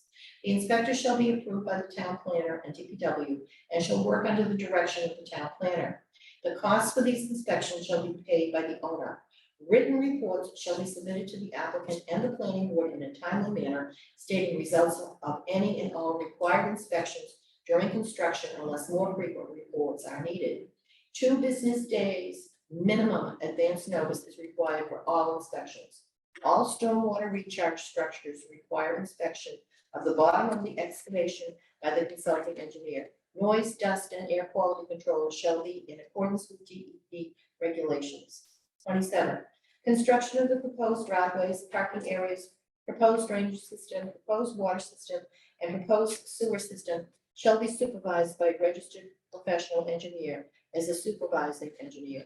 Said supervising engineer shall certify in writing to the planning board and DPW at completion that the proposed driveways, parking areas, drainage system, water system, and sewer system were constructed in accordance with the approved plans and that said systems are functioning in full accordance with the approved design. The certification of proposed driveways, parking areas, utilities shall be accompanied by as-built plans signed and stamped by a professional land surveyor and a supervising engineer. Prior to issuance of an occupancy permit for the building, a registered professional engineer, supervising engineer, shall inspect the exterior of the building as necessary and certify to the planning board and building commissioner with his signature and stamp on an as-built plan that the grading and stormwater management and management systems conforms to that shown on the site plan review and VCN special permit plans and are functioning in accordance with design requirements, and any variation in grade is immaterial and does not materially alter the performance of the stormwater system. The site development as built, including building structures, topography, roadways, water, sewer, gas, cable, fiber optic, electrical, and storm damage drainage infrastructure will be submitted in AutoCAD format 2013 or higher, or ESRI interchange format registered to the Massachusetts State Plain Mainland Coordinates, North American data of 1983, compatible with the town system, along with stamped and signed copies of said plans. 28, all materials for utility construction shall meet DPW construction standards. 29, street opening permit shall be obtained for each individual utility connection. 30, a curb cut permit shall be obtained from DPW prior to the pre-construction conference. 31, ADA compliant ramps shall be constructed along New Driftway at the proposed entrance location to town standards and conformance to the site plans. 32, the applicant shall eliminate the existing driveway opening to 17 New Driftway onto New Driftway and add sidewalk and vertical granite curbing to match existing walk and curb to town of Scituate DPW standards and Mass DOT construction specifications. Cast iron tactile pads shall be used for the detectable warning strips in the town right of way. Saw cutting of the pavements is required. This shall be completed prior to any occupancy permit for the site. 33, the applicant shall verify prior to endorsement and show on the plans that a delivery truck can exit the 17 Driftway driveway with a 15-foot turning radius provided. If this cannot be accomplished, then a larger turning radius shall be provided. 34, signage and pavement striping, including a double yellow center line, will be implemented to reiterate the one-way counterclockwise circulation around the parking lot. One-way circulation cannot be changed without planning board approval. 35, the shared driveway must be constructed as shown on the plans, all at one time for the top coat of bituminous. There shall be no segmenting construction of the shared driveway. No changes are allowed without planning board approval. 36, a shared driveway agreement shall be provided to the town planner at least 1 month prior to occupancy. The agreement shall provide for maintenance and access agreements for the two properties. 37, the applicant shall obtain all necessary approvals for the use of town water prior to scheduling the pre-construction conference and any construction commencement. Any required upgrades, modifications, or connections shall be at the applicant's expense. Installations of all water mains and appurtenances shall be performed according to the specifications of the DPW Water Division. Copies of all necessary approvals shall be furnished to the town planner by the applicant. 38, determination of adequacy of the existing water service fire flow for the proposed use shall be provided by the applicant to the DPW and town planner for their approval prior to scheduling the pre-construction conference. Prior to endorsement, the plans must be revised as noted below.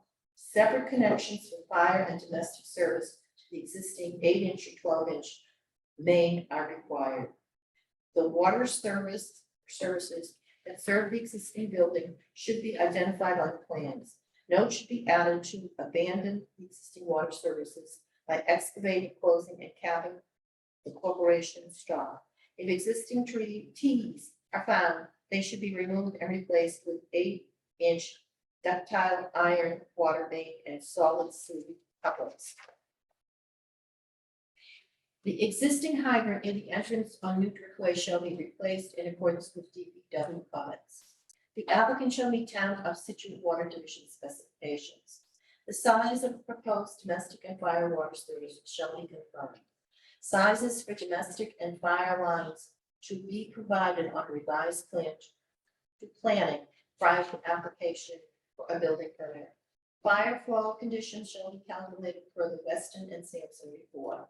Flow tests and building type calculations shall be performed to ensure proper fire protection requirements. All units shall be individually metered. No master meters are allowed. Building on New Driftway will require $14,000 water connection fee and $500 for each additional 5/8-inch water meter. All proposed 2-inch water services shall be either type K, copper, or poly CTS tubing. All services 2-inch and smaller in diameter shall be installed with a curb stop. The applicant shall include callouts to indicate the locations of the proposed curb stops and how the proposed potable water will be connected to the existing water mains with corporation stop, saddle, etc. The applicant shall include callouts to indicate how the fire services will be connected to the existing water mains with a T or tapping sleeve, and to identify the locations of the proposed gate valves. The applicant shall include callouts for the proposed line work for the existing hydrant to be replaced in New Driftway, to include the replacement, the existing hydrant only. If an inspection at the time of construction reveals problems with the existing T, gate valve, or 6-inch hydrant lateral pipe, then they will need to be replaced as well. The plans shall reflect this prior to endorsement. The applicant shall ensure that the hydrant located within the snow storage area will always be accessible and not be buried or surrounded by snow. The typical trench detail shall show the minimum required cover for the proposed water main and services to be 5 feet. The typical hydrant detail shall show the minimum required cover for the proposed hydrant lateral pipe to be 5 feet. Additionally, the dimension from the finished grade to the bottom of the hydrant trench shall be 3 inches. The applicant shall provide a detail for the proposed 2-inch potable water service. Rebecca, do you want to read? Sure. 39. The applicant shall obtain all necessary approvals for the use of the town sewer prior to scheduling the pre-construction conference, and any construction commencing. And any required upgrades, modifications, or connections shall be at the applicant's expense. This installation of all sewer mains and appurtenances shall be performed according to the specifications of the DPW Sewer Division. Copies of all necessary approval shall be furnished to the town planner by the applicant.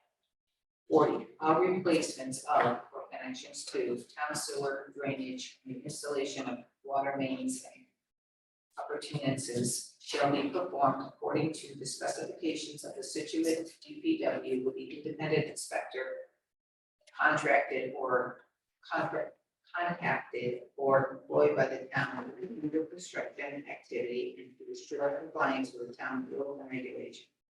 DPW personnel shall be in attendance for any sewer, drainage, water, infrastructure, and opportunity work in the town's right of way and on the project site. In addition, the following must be addressed and the satisfaction of the town sewer division prior to the commencement of construction, with notes added to the plan prior to the endorsement.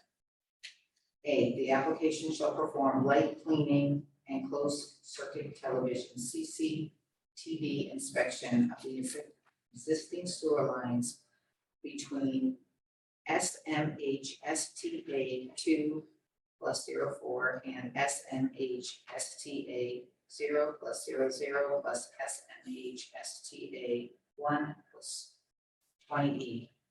Record drawing C-19, file number 143-47 to further access the current condition of the existing sewers. As sewer rules and regulations B, as sewer rules and regulations in Scituate, Mass, all joints in sewer mains, sewer services, and sewer infrastructure shall be double wrapped with a self-adhesive external PVC 10mm minimum or EDPM rubber wrap, 30 mil minimum tape with a minimum wrap width of 6 inches. This will be required for all 6-inch pipes existing or proposed in the town right of way, approximately at the existing cleanout to the proposed building. C, new proposed sewer cleanouts are required within 10 feet of the proposed MFB and MUB buildings. A cleanout shall be provided at all bends, if any, along with the proposed service connection pipe. D, confirmation that newly construction manhole structures, if any, shall be vacuum tested and such testing paid for by the applicant. The test must also be witnessed by the sewer division and or by the town's approved independent inspector. E, sewer permits costs are in addition to connection fees at a rate of $50 per residential and $125 per commercial. F, betterments for 2 units have already been assessed to these lots.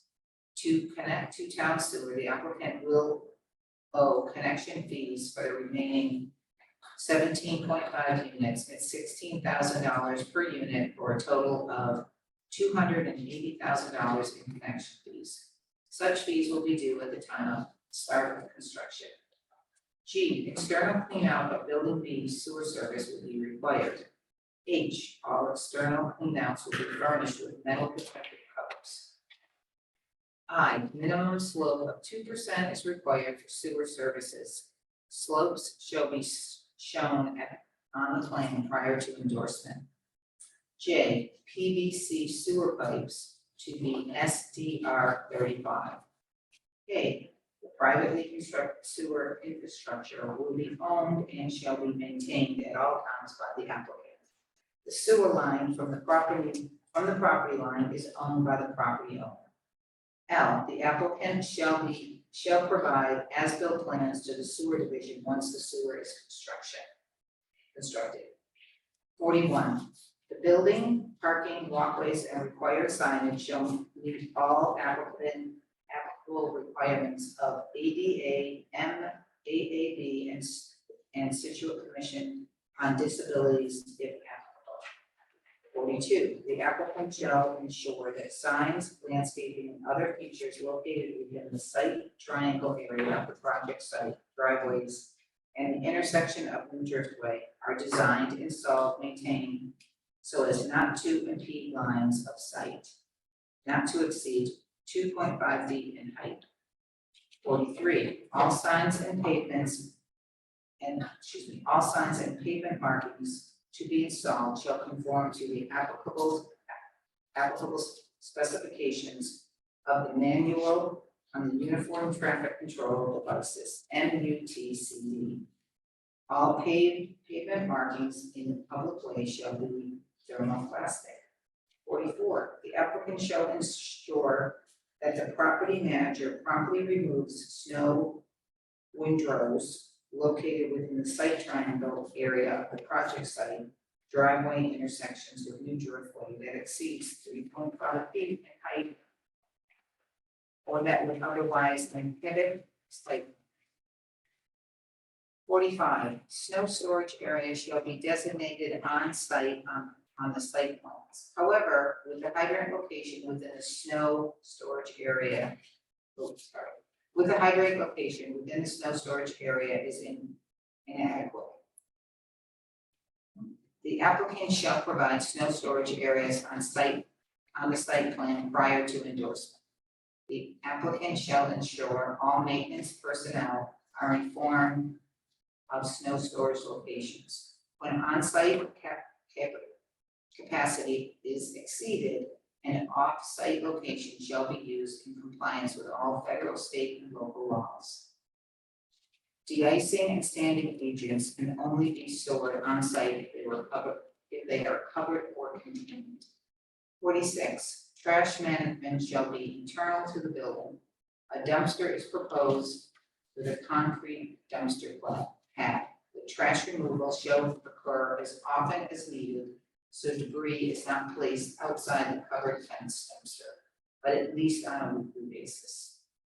47, all electrical, telephone, cable, and similar utilities shall be located underground.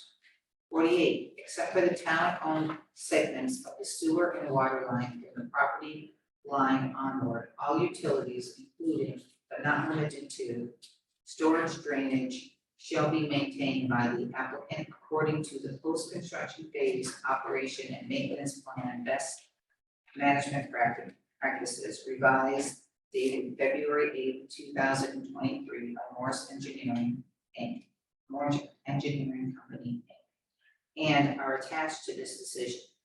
Post-construction phase operation and management plan,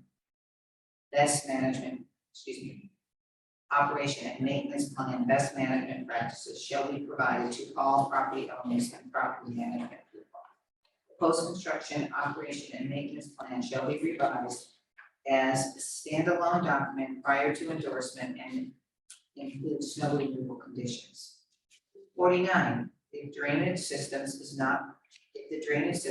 not performing as designed and conditioned, or stormwater is observed going to abutting properties or to the street, the stormwater authority can request necessary mitigation to remedy the situation.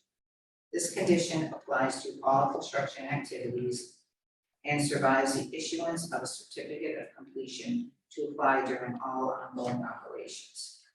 50, no separate stormwater permit is required as long as the site is built according to the approved plans and stormwater calculations. This approval and conditions constitutes the stormwater permit. 51, inspections of all infiltration systems must be performed by the planning board's consulting engineer and the design engineer prior to any backfill or system components installation to confirm suitability of the soils. 52, electric vehicle charging stations shall be provided for 2 vehicles for use by residents of the development. 53, no gate entry is allowed now or in the future. 54, global fill will be required for any excavation in the new roadway, including but not limited to natural gas, water, and sewer. 55, soil conditions at the bottom of the proposed infiltration area shall be inspected by the town's engineer prior to infiltration devices being installed and backfilled. We'll pick up with affordability. Affordability. 56, all affordable units shall meet the requirements for inclusion in subsidized housing inventory through the state's local initiative program, or other similar state approved program in effect at the time of application. 57, according to section 754 of the zoning bylaw, projects receiving a density bonus not less than 20% of housing units constructed shall be affordable housing. 4 affordable units are required for the project. The units are distributed throughout the proposed housing units. There are 3 units proposed in the mixed-use building. 2 are 2-bedroom units and 1 is 1-bedroom unit. There is 1 unit proposed in the multifamily building, and it is a 1-bedroom unit. 2 of the units shall be at 60% AMI and 2 at 80% AMI. 58, the affordable units shall be constructed simultaneously with the market rate units. No certificate of occupancy will be issued for any residential dwelling building without the affordable units ready for occupancy. 59, the applicant shall be responsible for preparation of a local action units application to be submitted to the Executive Office of Housing and Livable Communities, formerly DHCD, by the municipality, the chief elected official, assistance available in the department, erosion control and phasing. 60, an erosion control plan with preliminary sequence and construction has been provided. The plan shall be updated and provided to the board prior to scheduling the pre-construction meeting and prior to commencement of construction so that phase 1 and 2 and the new shared driveway erosion control plans will be operational. The plan shall comply with the Wetlands Protection Act and order of conditions for the project. See conditions 9(3) on SWIP plan. 61, stockpiles shall be located as shown on the plans and must be protected with erosion controls included but not limited to silt socks and temporary seating. 62, there shall be full unimpeded access during all phases of construction for the fire truck and ambulance without backing out. 63, phasing shall be per the phasing schedule indicated on the plans or as otherwise conditioned. Phase 64, phase 2 shall start not more than 6 months after the completion of phase 1, pending extraordinary circumstances, example such as extraordinary weather. And the board must concur with the circumstances. If phase 2 is abandoned, then a meeting with the board is required to adjust phase 1 and a modification public hearing shall be required as phase 2 is fully anticipated to be built. During the full duration of all phases of the project's construction, legally configured parking adequate to serve the inhabited units must be provided in the following ratio: 1 space for a 1-bedroom unit, 1.5 spaces for a 2-bedroom unit, and 1 space for 500 feet for the mixed-use component non-residential occupancy. Phase 2 construction parking should be revised on the phasing plans prior to endorsement to address this requirement. The connection to 17 Woodruff Way must be completed in binder form prior to occupancy of phase 1. 65, the Board of Health requires the property to be baited by a licensed exterminator 2 weeks prior to the demolition of the buildings and report sent to BOH. 66, the construction phase operation and maintenance plan best management practices shall be adhered to and added to plans prior to endorsement. Environmental conditions, noise and dust. 67, noise levels shall conform with Mass DEP's Division of Air Quality Control Noise Policy. Baseline conditions shall be taken and submitted to the town planner prior to the commencement of any construction activities. 68, the applicant shall follow all regulations under the Massachusetts Department of Environmental Protection, 310 CMR 7.00. Air pollution control 7.01, general regulations to prevent air pollution, and 310 CMR 7.09, U dust, odor, construction, and demolition.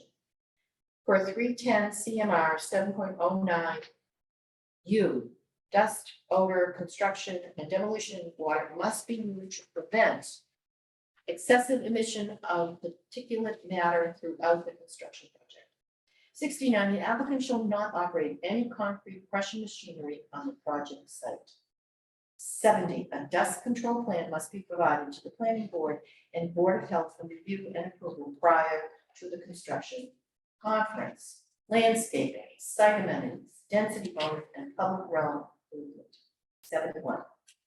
All changes to the proposed plans must be presented to the town planner for approval. The town planner or the planning board's inspector shall have the right to approve minor changes or deviations from the approved plans and or any details needed for lighting, signage, paving materials, fencing, landscaping, or stormwater management. All other changes shall be approved by the planning board. Material selection shall be provided to the town planner for review, compliance with approved plans prior to installation. 72, a separate sign permit shall be required for the building to have any freestanding signs unless otherwise accepted under the zoning bylaws. Signs shall be fully located on the applicant's property and shall not block sightlines, traffic, entry, egress from the site. Any signs must be reviewed by the design review committee prior to permitting. 73, all walkway connection approvals to the MBTA easement must be provided to the town planner prior to the pre-construction conference. 74, a density bonus of 7 units has been requested, not including the affordable units for the project, and has been approved by the planning board, provided the density bonus benefits are delivered as recorded herein.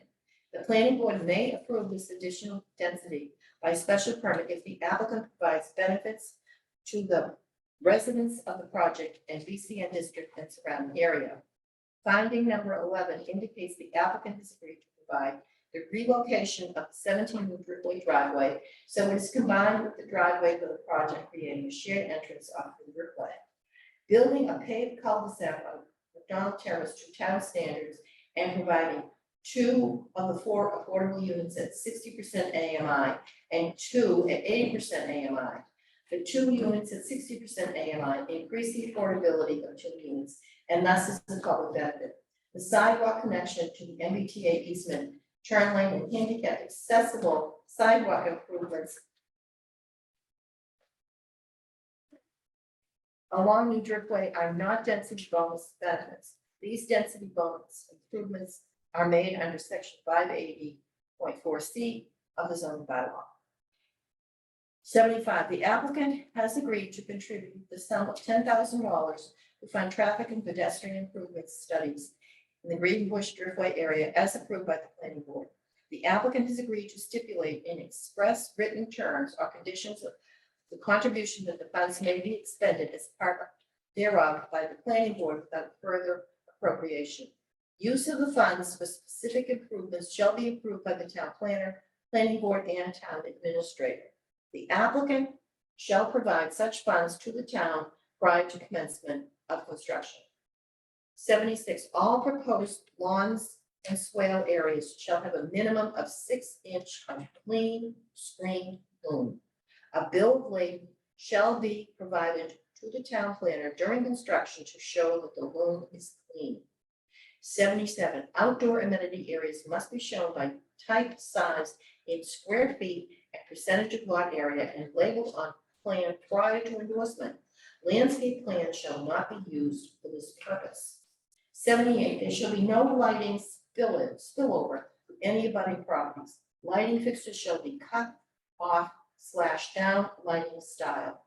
All fixtures shall be LED and no higher than 18 feet. 79, street trees shall be a minimum of 3-inch caliber and 10 feet high. 80, the existing loam shall not be spread on the site if it contains invasive species, i.e. not to architectural design. 81, the building shall be constructed in accordance with the architectural elevations and plans submitted for the project. The quality of materials, construction, and color shall not substantially deviate from those as shown on the elevations and discussed during the public hearing, without the review and approval of the planning board.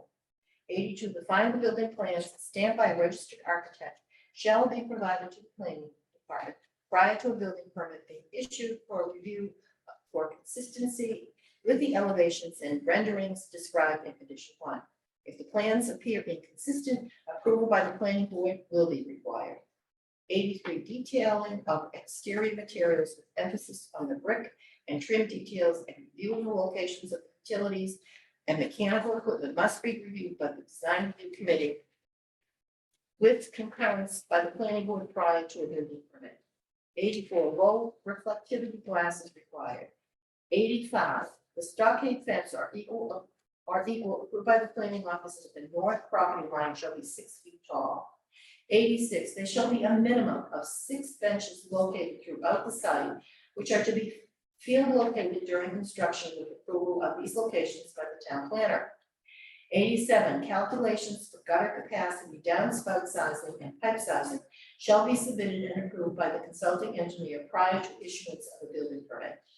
88, a certification shall be provided to the town planner by the architect prior to certificate of occupancy that the buildings as constructed are in substantial compliance with the approved plans. Required to scheduling the pre-construction conference.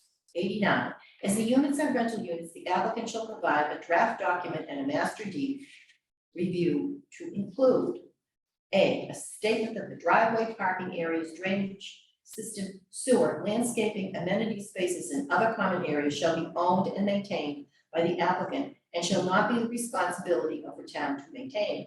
The driveway, drainage system, landscaping, lighting, stormwater, leaching system, and other common areas shall be inspected, maintained, and repaired by the applicant. This shall also be stated in a note added to the plans prior to endorsement. B, a requirement that 1, maintenance of the drainage system, parking, driveways, and landscape shall be in accordance with the post-construction phase operation and maintenance plan best management practices approved by the planning board's consulting engineer. 2, provisions for snow removal and maintenance of safe conditions through the winter of all vehicle and pedestrian ways has been provided. And 3, a description of the required annual maintenance of the driveway, parking areas, landscaping, lighting, and other common amendments. See a table of the number and general location of parking spaces assigned to each unit.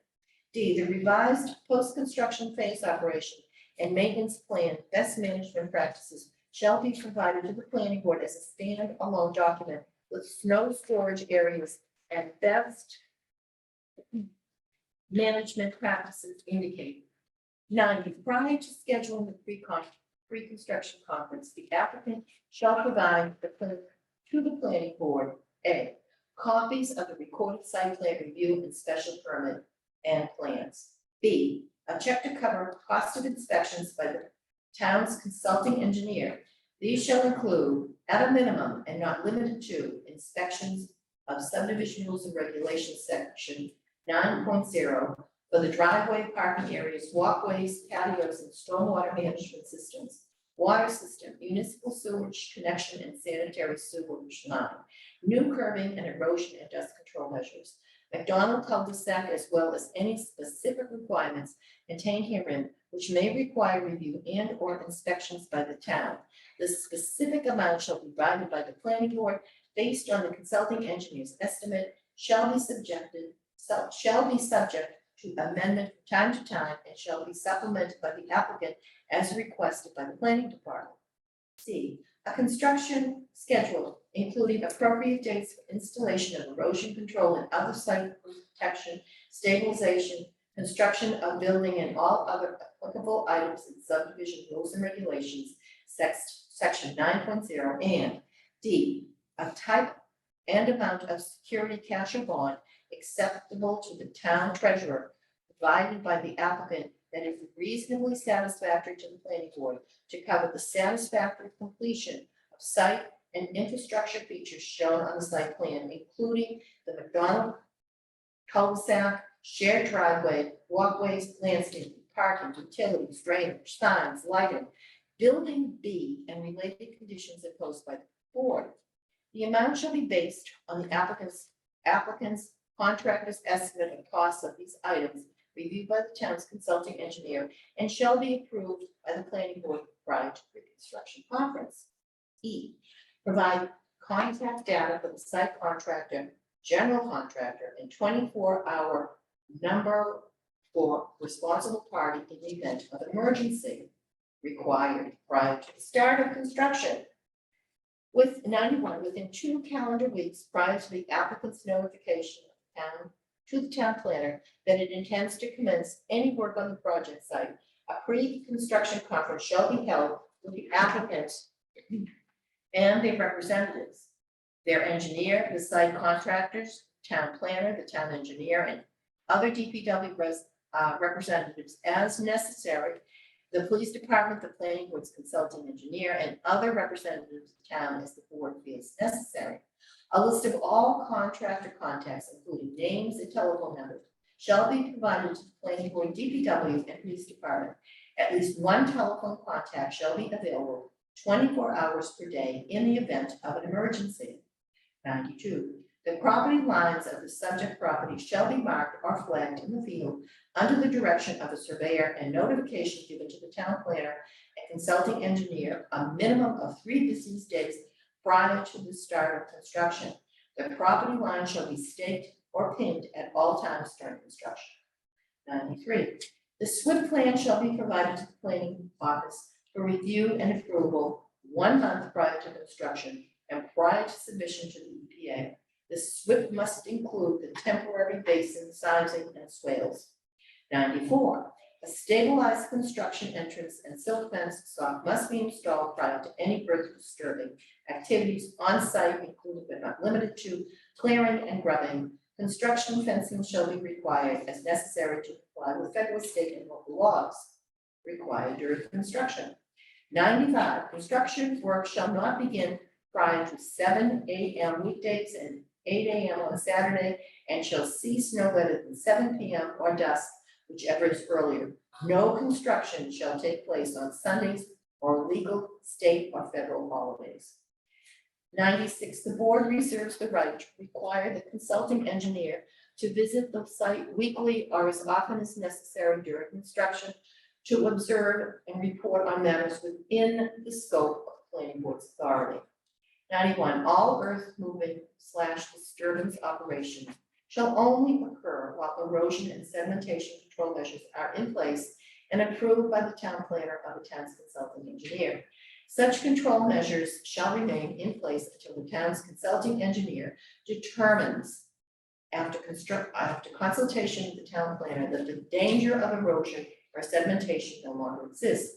It is the applicant's affirmative responsibility to ensure the maintenance and management of all stormwater control measures at all times during construction to ensure there are no increases in stormwater flow, velocity, or volume to abutting properties at any time. 98, get there, guys. Almost there. 98, construction activities on the site shall conform to the town of Scituate general bylaws. 99, no sediment, including silty water, shall be allowed to leave the site during construction. 100, McDonald Terrace may not be used for construction, parking, or access of any kind, except as previously conditioned for 1 trip for delivery of an excavator to construct the site entrance.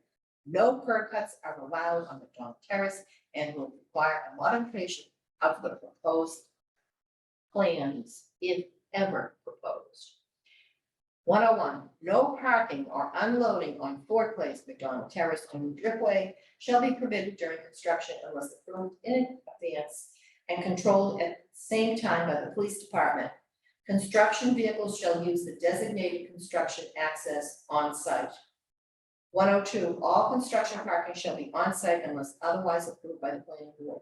The Berwick property, 53-5-27, 17 Driftway shall not be used for construction parking. 103, the applicant shall notify the Scituate Police Department 48 hours in advance of any significant equipment and construction material arrival to the site which may cause a safety hazard or material disruption of the public way, such that a police detail is necessary to ensure safe passage. Any police detail required is at the expense of the applicant as required when the police department determines it is necessary. 104, the applicant shall not allow any large construction equipment or trucks to stage or idle on public roads and shall not allow such equipment or trucks to idle off-site prior to 7 a.m. Police details may be required for construction access or work within the layout of the Driftway and for construction of the cul-de-sac at McDonald Terrace. 105, the applicant shall provide the town with the routes construction traffic will use so that if a safety hazard or material disruption of the public way impedes safe passage, a police detail will be obtained by the applicant at its expense. 106, construction activities shall be conducted in a workmanlike manner at all times. Blowing dust or debris shall be controlled by the applicant through stabilization, wetting down, or other proper storage and disposal methods. 107, no use of hydrants on site or on adjacent roads off-site is allowed for construction use.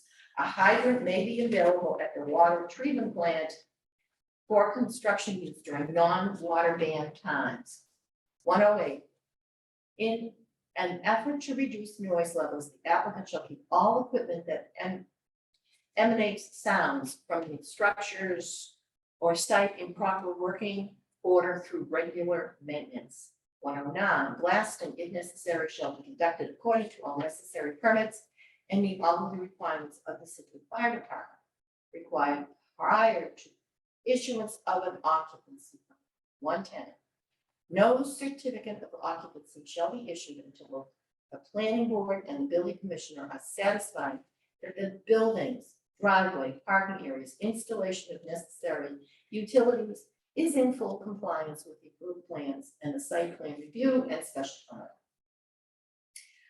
111, prior to application for a certificate of occupancy, a copy of the contract for inspections and maintenance of the stormwater system per the operation and maintenance plan shall be provided to the planning office. 112, prior to an occupancy permit for any building on site, the cul-de-sac on McDonald Terrace must be constructed to town standards.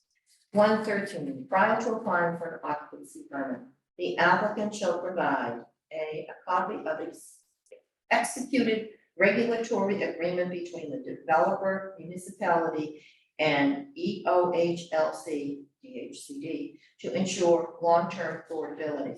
The proposed rental price of the affordable units. C, a draft deed restriction to restrict the subsequent price of the central rental units for 2 at 60% and 2 at 80% of the area mean income, AMI, according to the Executive Office of Housing and Livable Communities, DHCD, in perpetuity.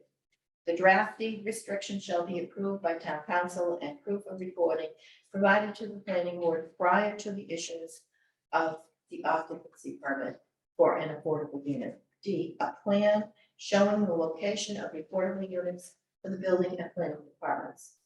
The name and contact information for agencies, companies, or individuals who will conduct marketing, hold the lottery, and perform the monitoring. F, a draft affirmative marketing plan meeting the guidelines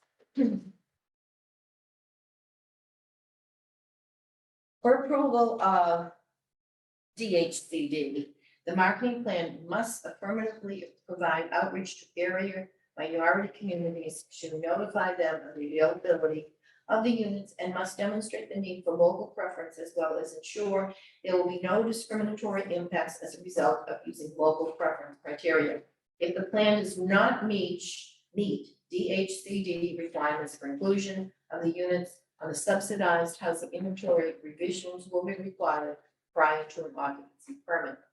G, any changes to the affordability documents must be approved by the town planner administration.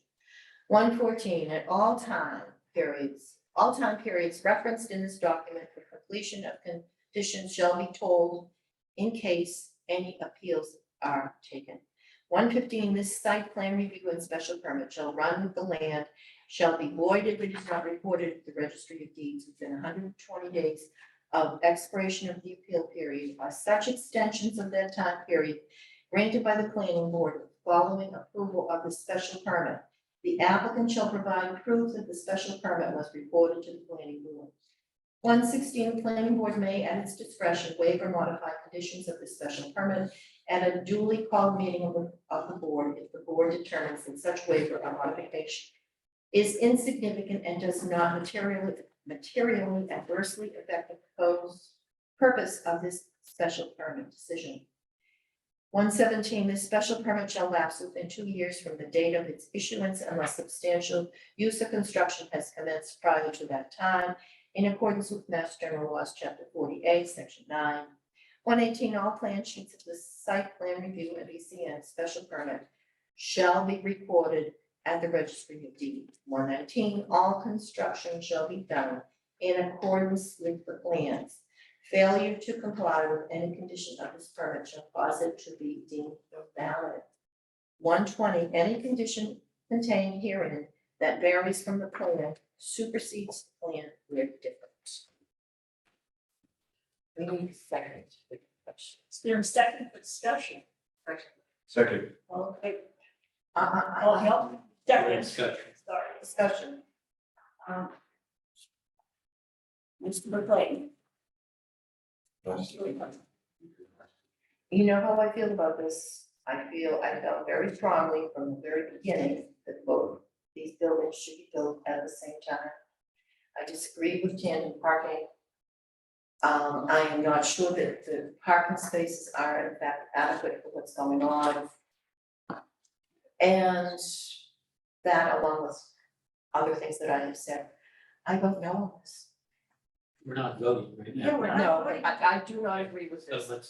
let's just go through. See if Fine. So Rebecca? want Steve down. All right, yeah, as. We now want this, yeah, page 16. About 3/4 of the way down, we talked about. Start with 88 dated 7/3/23 and A was a grant, I assume that's not. Yeah, I'll double check. that. It's just, I think you the I think I brand, have the yeah. right thing, but Shift yeah, I will instead of double that. check that. For item number 6, water service evaluation. It does not say by whom. We add that. Where are you? Number 6. Number 6, Same paragraph. and yeah, it's the fourth from the bottom. So can we add whoever did the evaluation? It's 16 VI, so. Oh, okay. A little- Rest of the- Okay.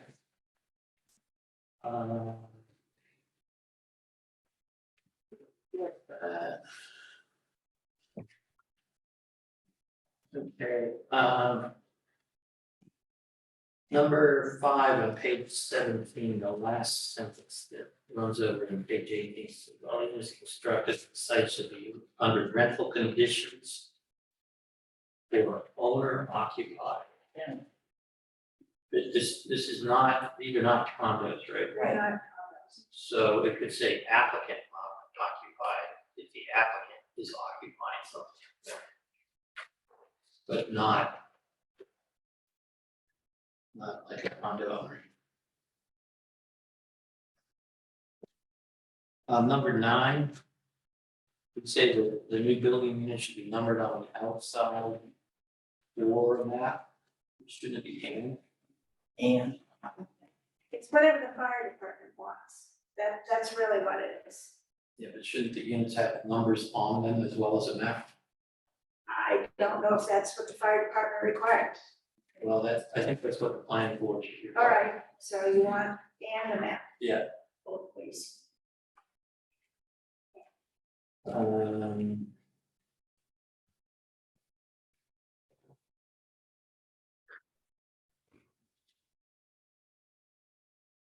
On number 19. We say that this is the responsibility of the applicant and or his property manager. I think we should just say it's the applicant's responsibility. Okay.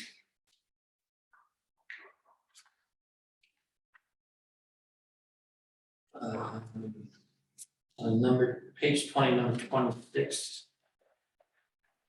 Halfway through, talk about owner, it can mean the applicant.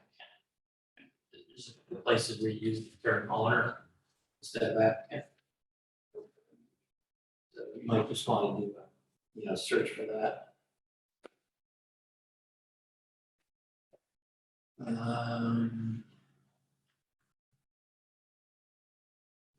Okay.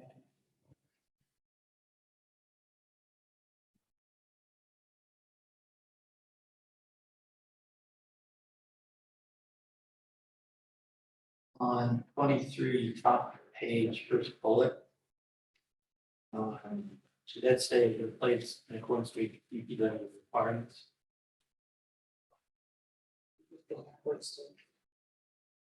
Maybe 23. Go back.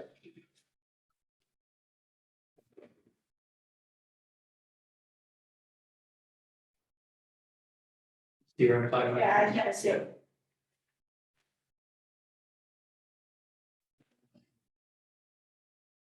Then on number 44.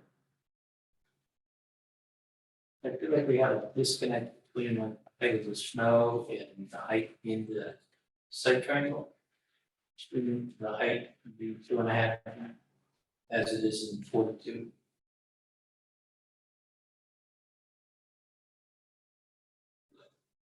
It's more a question than anything else.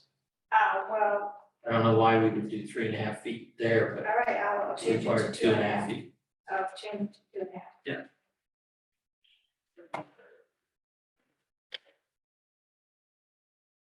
On 45, I'm not sure I quite understand this statement. However, with the hydrant location within the snow storage areas, I'm not sure what that means. What was intended anyway, so I apologize, I missed that before. It seemed that we thought that the snow storage area was inadequate because there's a hydrant in the middle. So what are we saying that the applicant's gonna modify that? Is that a condition? Yeah, ideally we want the applicant to modify it or somehow protect, the hydrant cannot be compromised. Okay, so should we just say that here? So snow storage areas. So the applicant shall provide snow storage areas on the site plan prior to endorsement that address the, the problem with the hydrant location.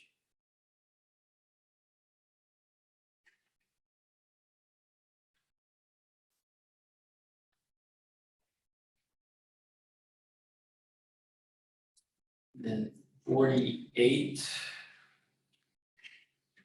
For the bottom line, it says property owners.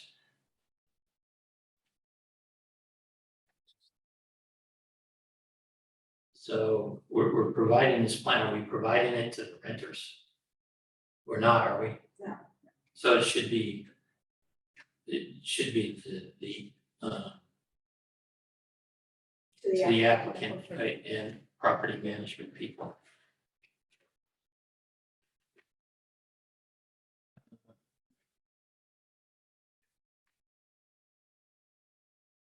Under 64 on page 28. Says.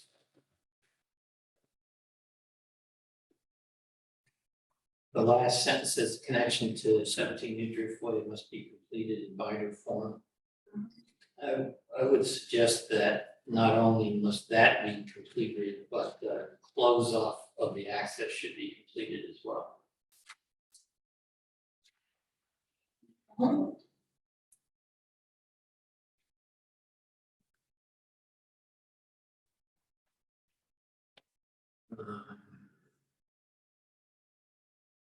Then 74. We talked about a density bonus of 7 units requested. And then we say the board may approve this additional density permit. Should it, I'm thinking this is what you mean, the planning board approves the additional density permit condition, upon meeting the conditions identified or something. It seems like we're leaving it open-ended. Well, And maybe I'm saying, just I'm read saying it wrong. I think you're reading it wrong. The planning board may approve this if the board finds stuff. Finding 11 indicates such stuff, and then we're going along and saying what they've agreed to provide for the density bonus.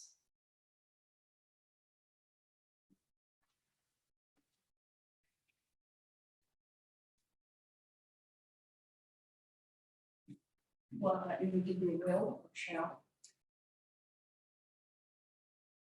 No, I wasn't following it the way Karen just said it, so just repeat it here.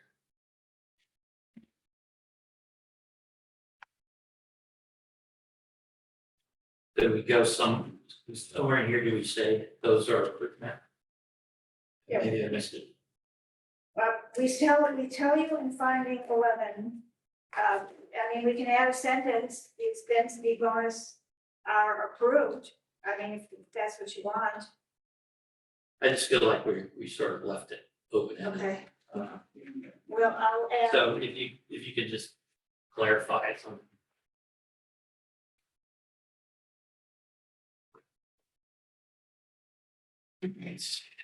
Um.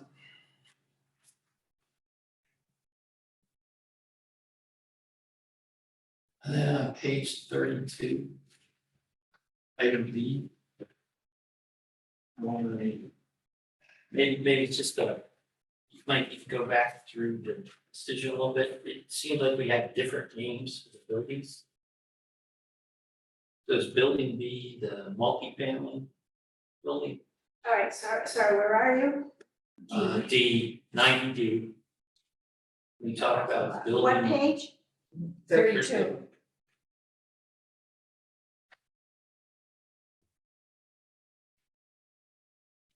I'll go back and check that. Yeah, just make them all whatever they all are.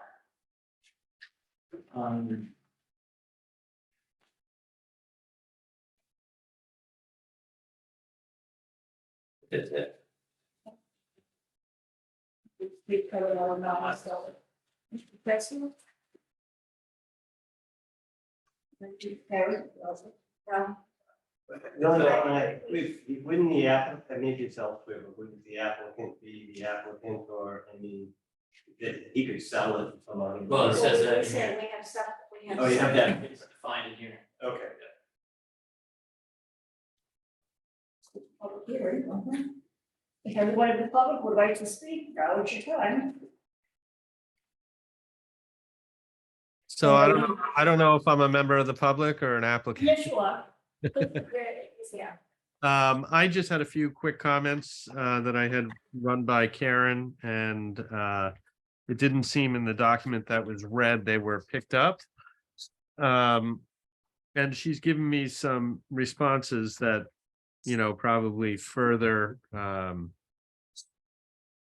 allow me to narrow those questions or comments, but maybe if I can go to paragraph 30 or condition number 36, which I guess is what, on page maybe 22 or thereabouts. Yeah. The shared driveway agreement, a shared driveway agreement.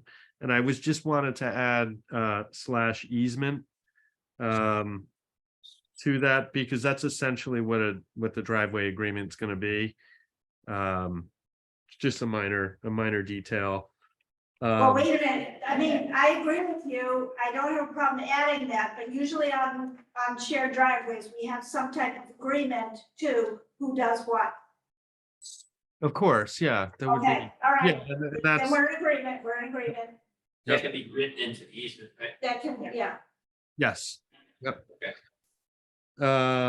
Paragraph 40F, which is on page 25.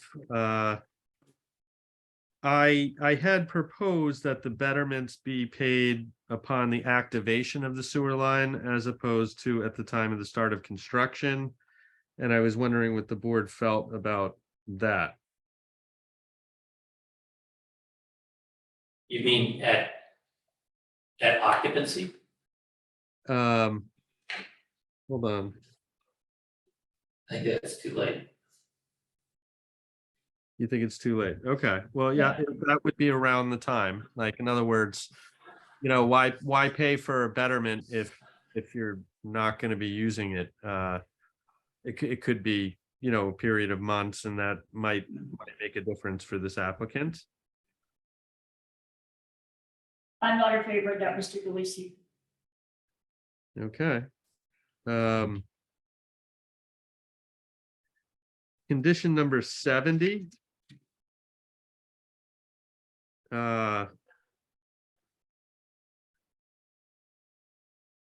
Yeah, I just wanted to file the dust control plan. It was kind of probably just semantics.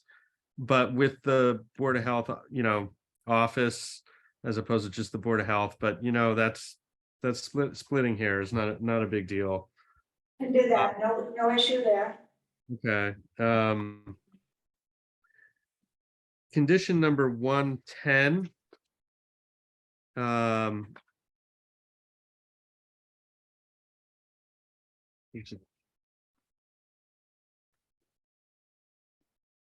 I was thinking, instead of saying that the no certificate of occupancy shall be issued until both the planning board and the building commissioner, I was thinking that it probably should just be the town planner and the building commissioner. That's fine, yes. No issue there. Okay. Paragraph 115.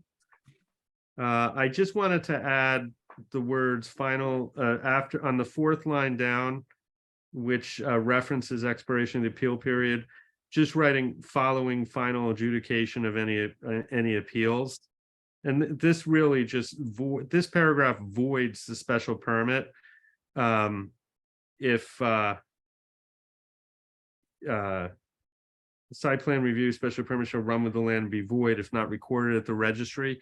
We can't record it until after any appeal has been adjudicated, and I just want to be clear with that, since voiding of a decision is kind of a big deal. We agree to that, we agree to that. Thank you. Condition number 116. I just wanted to kind of give a little latitude to the board. This paragraph sets the standard on what would be what would require basically a modification of the special permit. And I was thinking of adding at the end, it sets a standard of if could waive any changes if they're insignificant or does not materially adversely affect the purpose of special permit decision. And I was thinking of adding or is otherwise warranted in the discretion of the, I don't know if that would be that, maybe just otherwise warranted, period. That would give the planning, maybe Karen, a little more latitude instead of. That's fine. I don't have a problem with that. Okay. Great. I just would like to express an opinion about paragraph 118 and also paragraph 90A, which pretty much say the same thing, that you have to record all plan sheets. And I just think that, the plan sheets that are necessary would be the site plan sheets, maybe without, there's quite a bit of detail that really are not necessary to be recorded at the registry, and all that does is it's an expense for the applicant. It's quite an expense to record each plan sheet. And I was thinking that since this decision references the plans that are on file at the planning board, someone can find them if necessary. I was wondering if the board would consider allowing us to specify which plan sheets should be recorded. How about if we say that you and Karen agree on what plan sheet should be filed? I think that's fine, and I appreciate it. I kind of know what Karen's opinion is already, but she. Okay. I kind of thought that all plan sheets should be recorded, because that's what you've required. We would find out for everybody else, so I know the answer to that, Mr. Deweese, is we want all the sheets to be recorded. Thank you. Okay. So there is a condition that talks about hiring, a couple conditions that talks about hiring an independent consultant. And I guess I didn't know if that condition or those conditions were referencing a consultant who's somebody other than Chessier Consulting, because I don't view Chessier Consulting as an independent consultant. I believe he's the consultant who's hired on behalf of the planning board. So if we are contemplating somebody other than Mr. Chessier in those conditions. Can you point to those No, we're conditions? not contemplating. We're not contemplating. Tell me where you're talking about. Thank you. Just for what it's worth, that would be condition number 26 and condition number 40.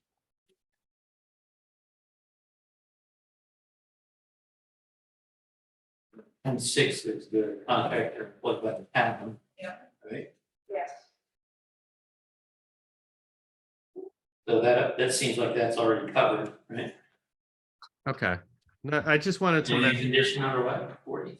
40. I knew it was kind of an uphill battle, but I just wanted to mention it, that's all.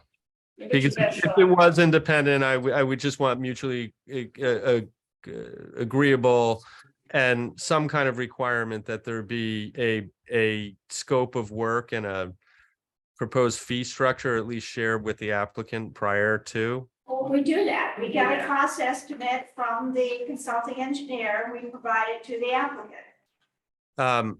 Okay, it's just not spelled out. The decision on who to use, town's decision. Okay. All right. So that's pretty much it. Those are my comments, and I appreciate the board's consideration of them and the board's time that it put into all of this. Thank you. Second is amended. All in favor? I, Aye. You,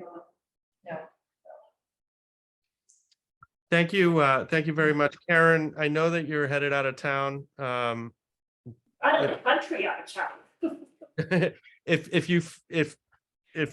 you need to take some time to get the final decision together, you know. We have an extension of time through September 29th. Okay. Perfect. That's when we obviously, I'd like to try to get it filed much sooner than that, but it's certainly not gonna happen in August. This was yeoman's work, so unbelievable. it takes a lot to get through a detailed decision. So thanks for all your efforts, Karen.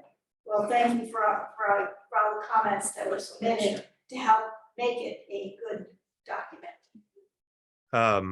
Maybe we, in the future, we could just like pre-record the reading part and then speed it up a couple of speeds. We've Thank you. discussed that and We're also. gonna hire somebody who speed reads. George Martin could do it. And we have to do it in the interest of if the public is here, it's a public hearing, they wouldn't necessarily know what we were talking about. I'd like to make a motion. Yeah, absolutely. Second. All in favor? Aye. Public hearing is now closed. Thank you, everybody. I appreciate it. I'm gonna sign Thank off. you. Thank you, Jeff. Thank you. Thank you very much. All in favor? Members of the board, thank you for the time that you put into this. I realize all the work. Ms. Joseph, thank you very much for all the time you put in. Appreciate it. Two and a half hours. Let's get busy, right? It's a lot of work, and I appreciate all the time you took. I hope you understand where I stand. I do, I do. But, You know, Jimmy, I It's don't. not personal. it's Jimmy. I get Now, that. I just want to show you something involved. Karen, when are you leaving? Fine. Have you been before?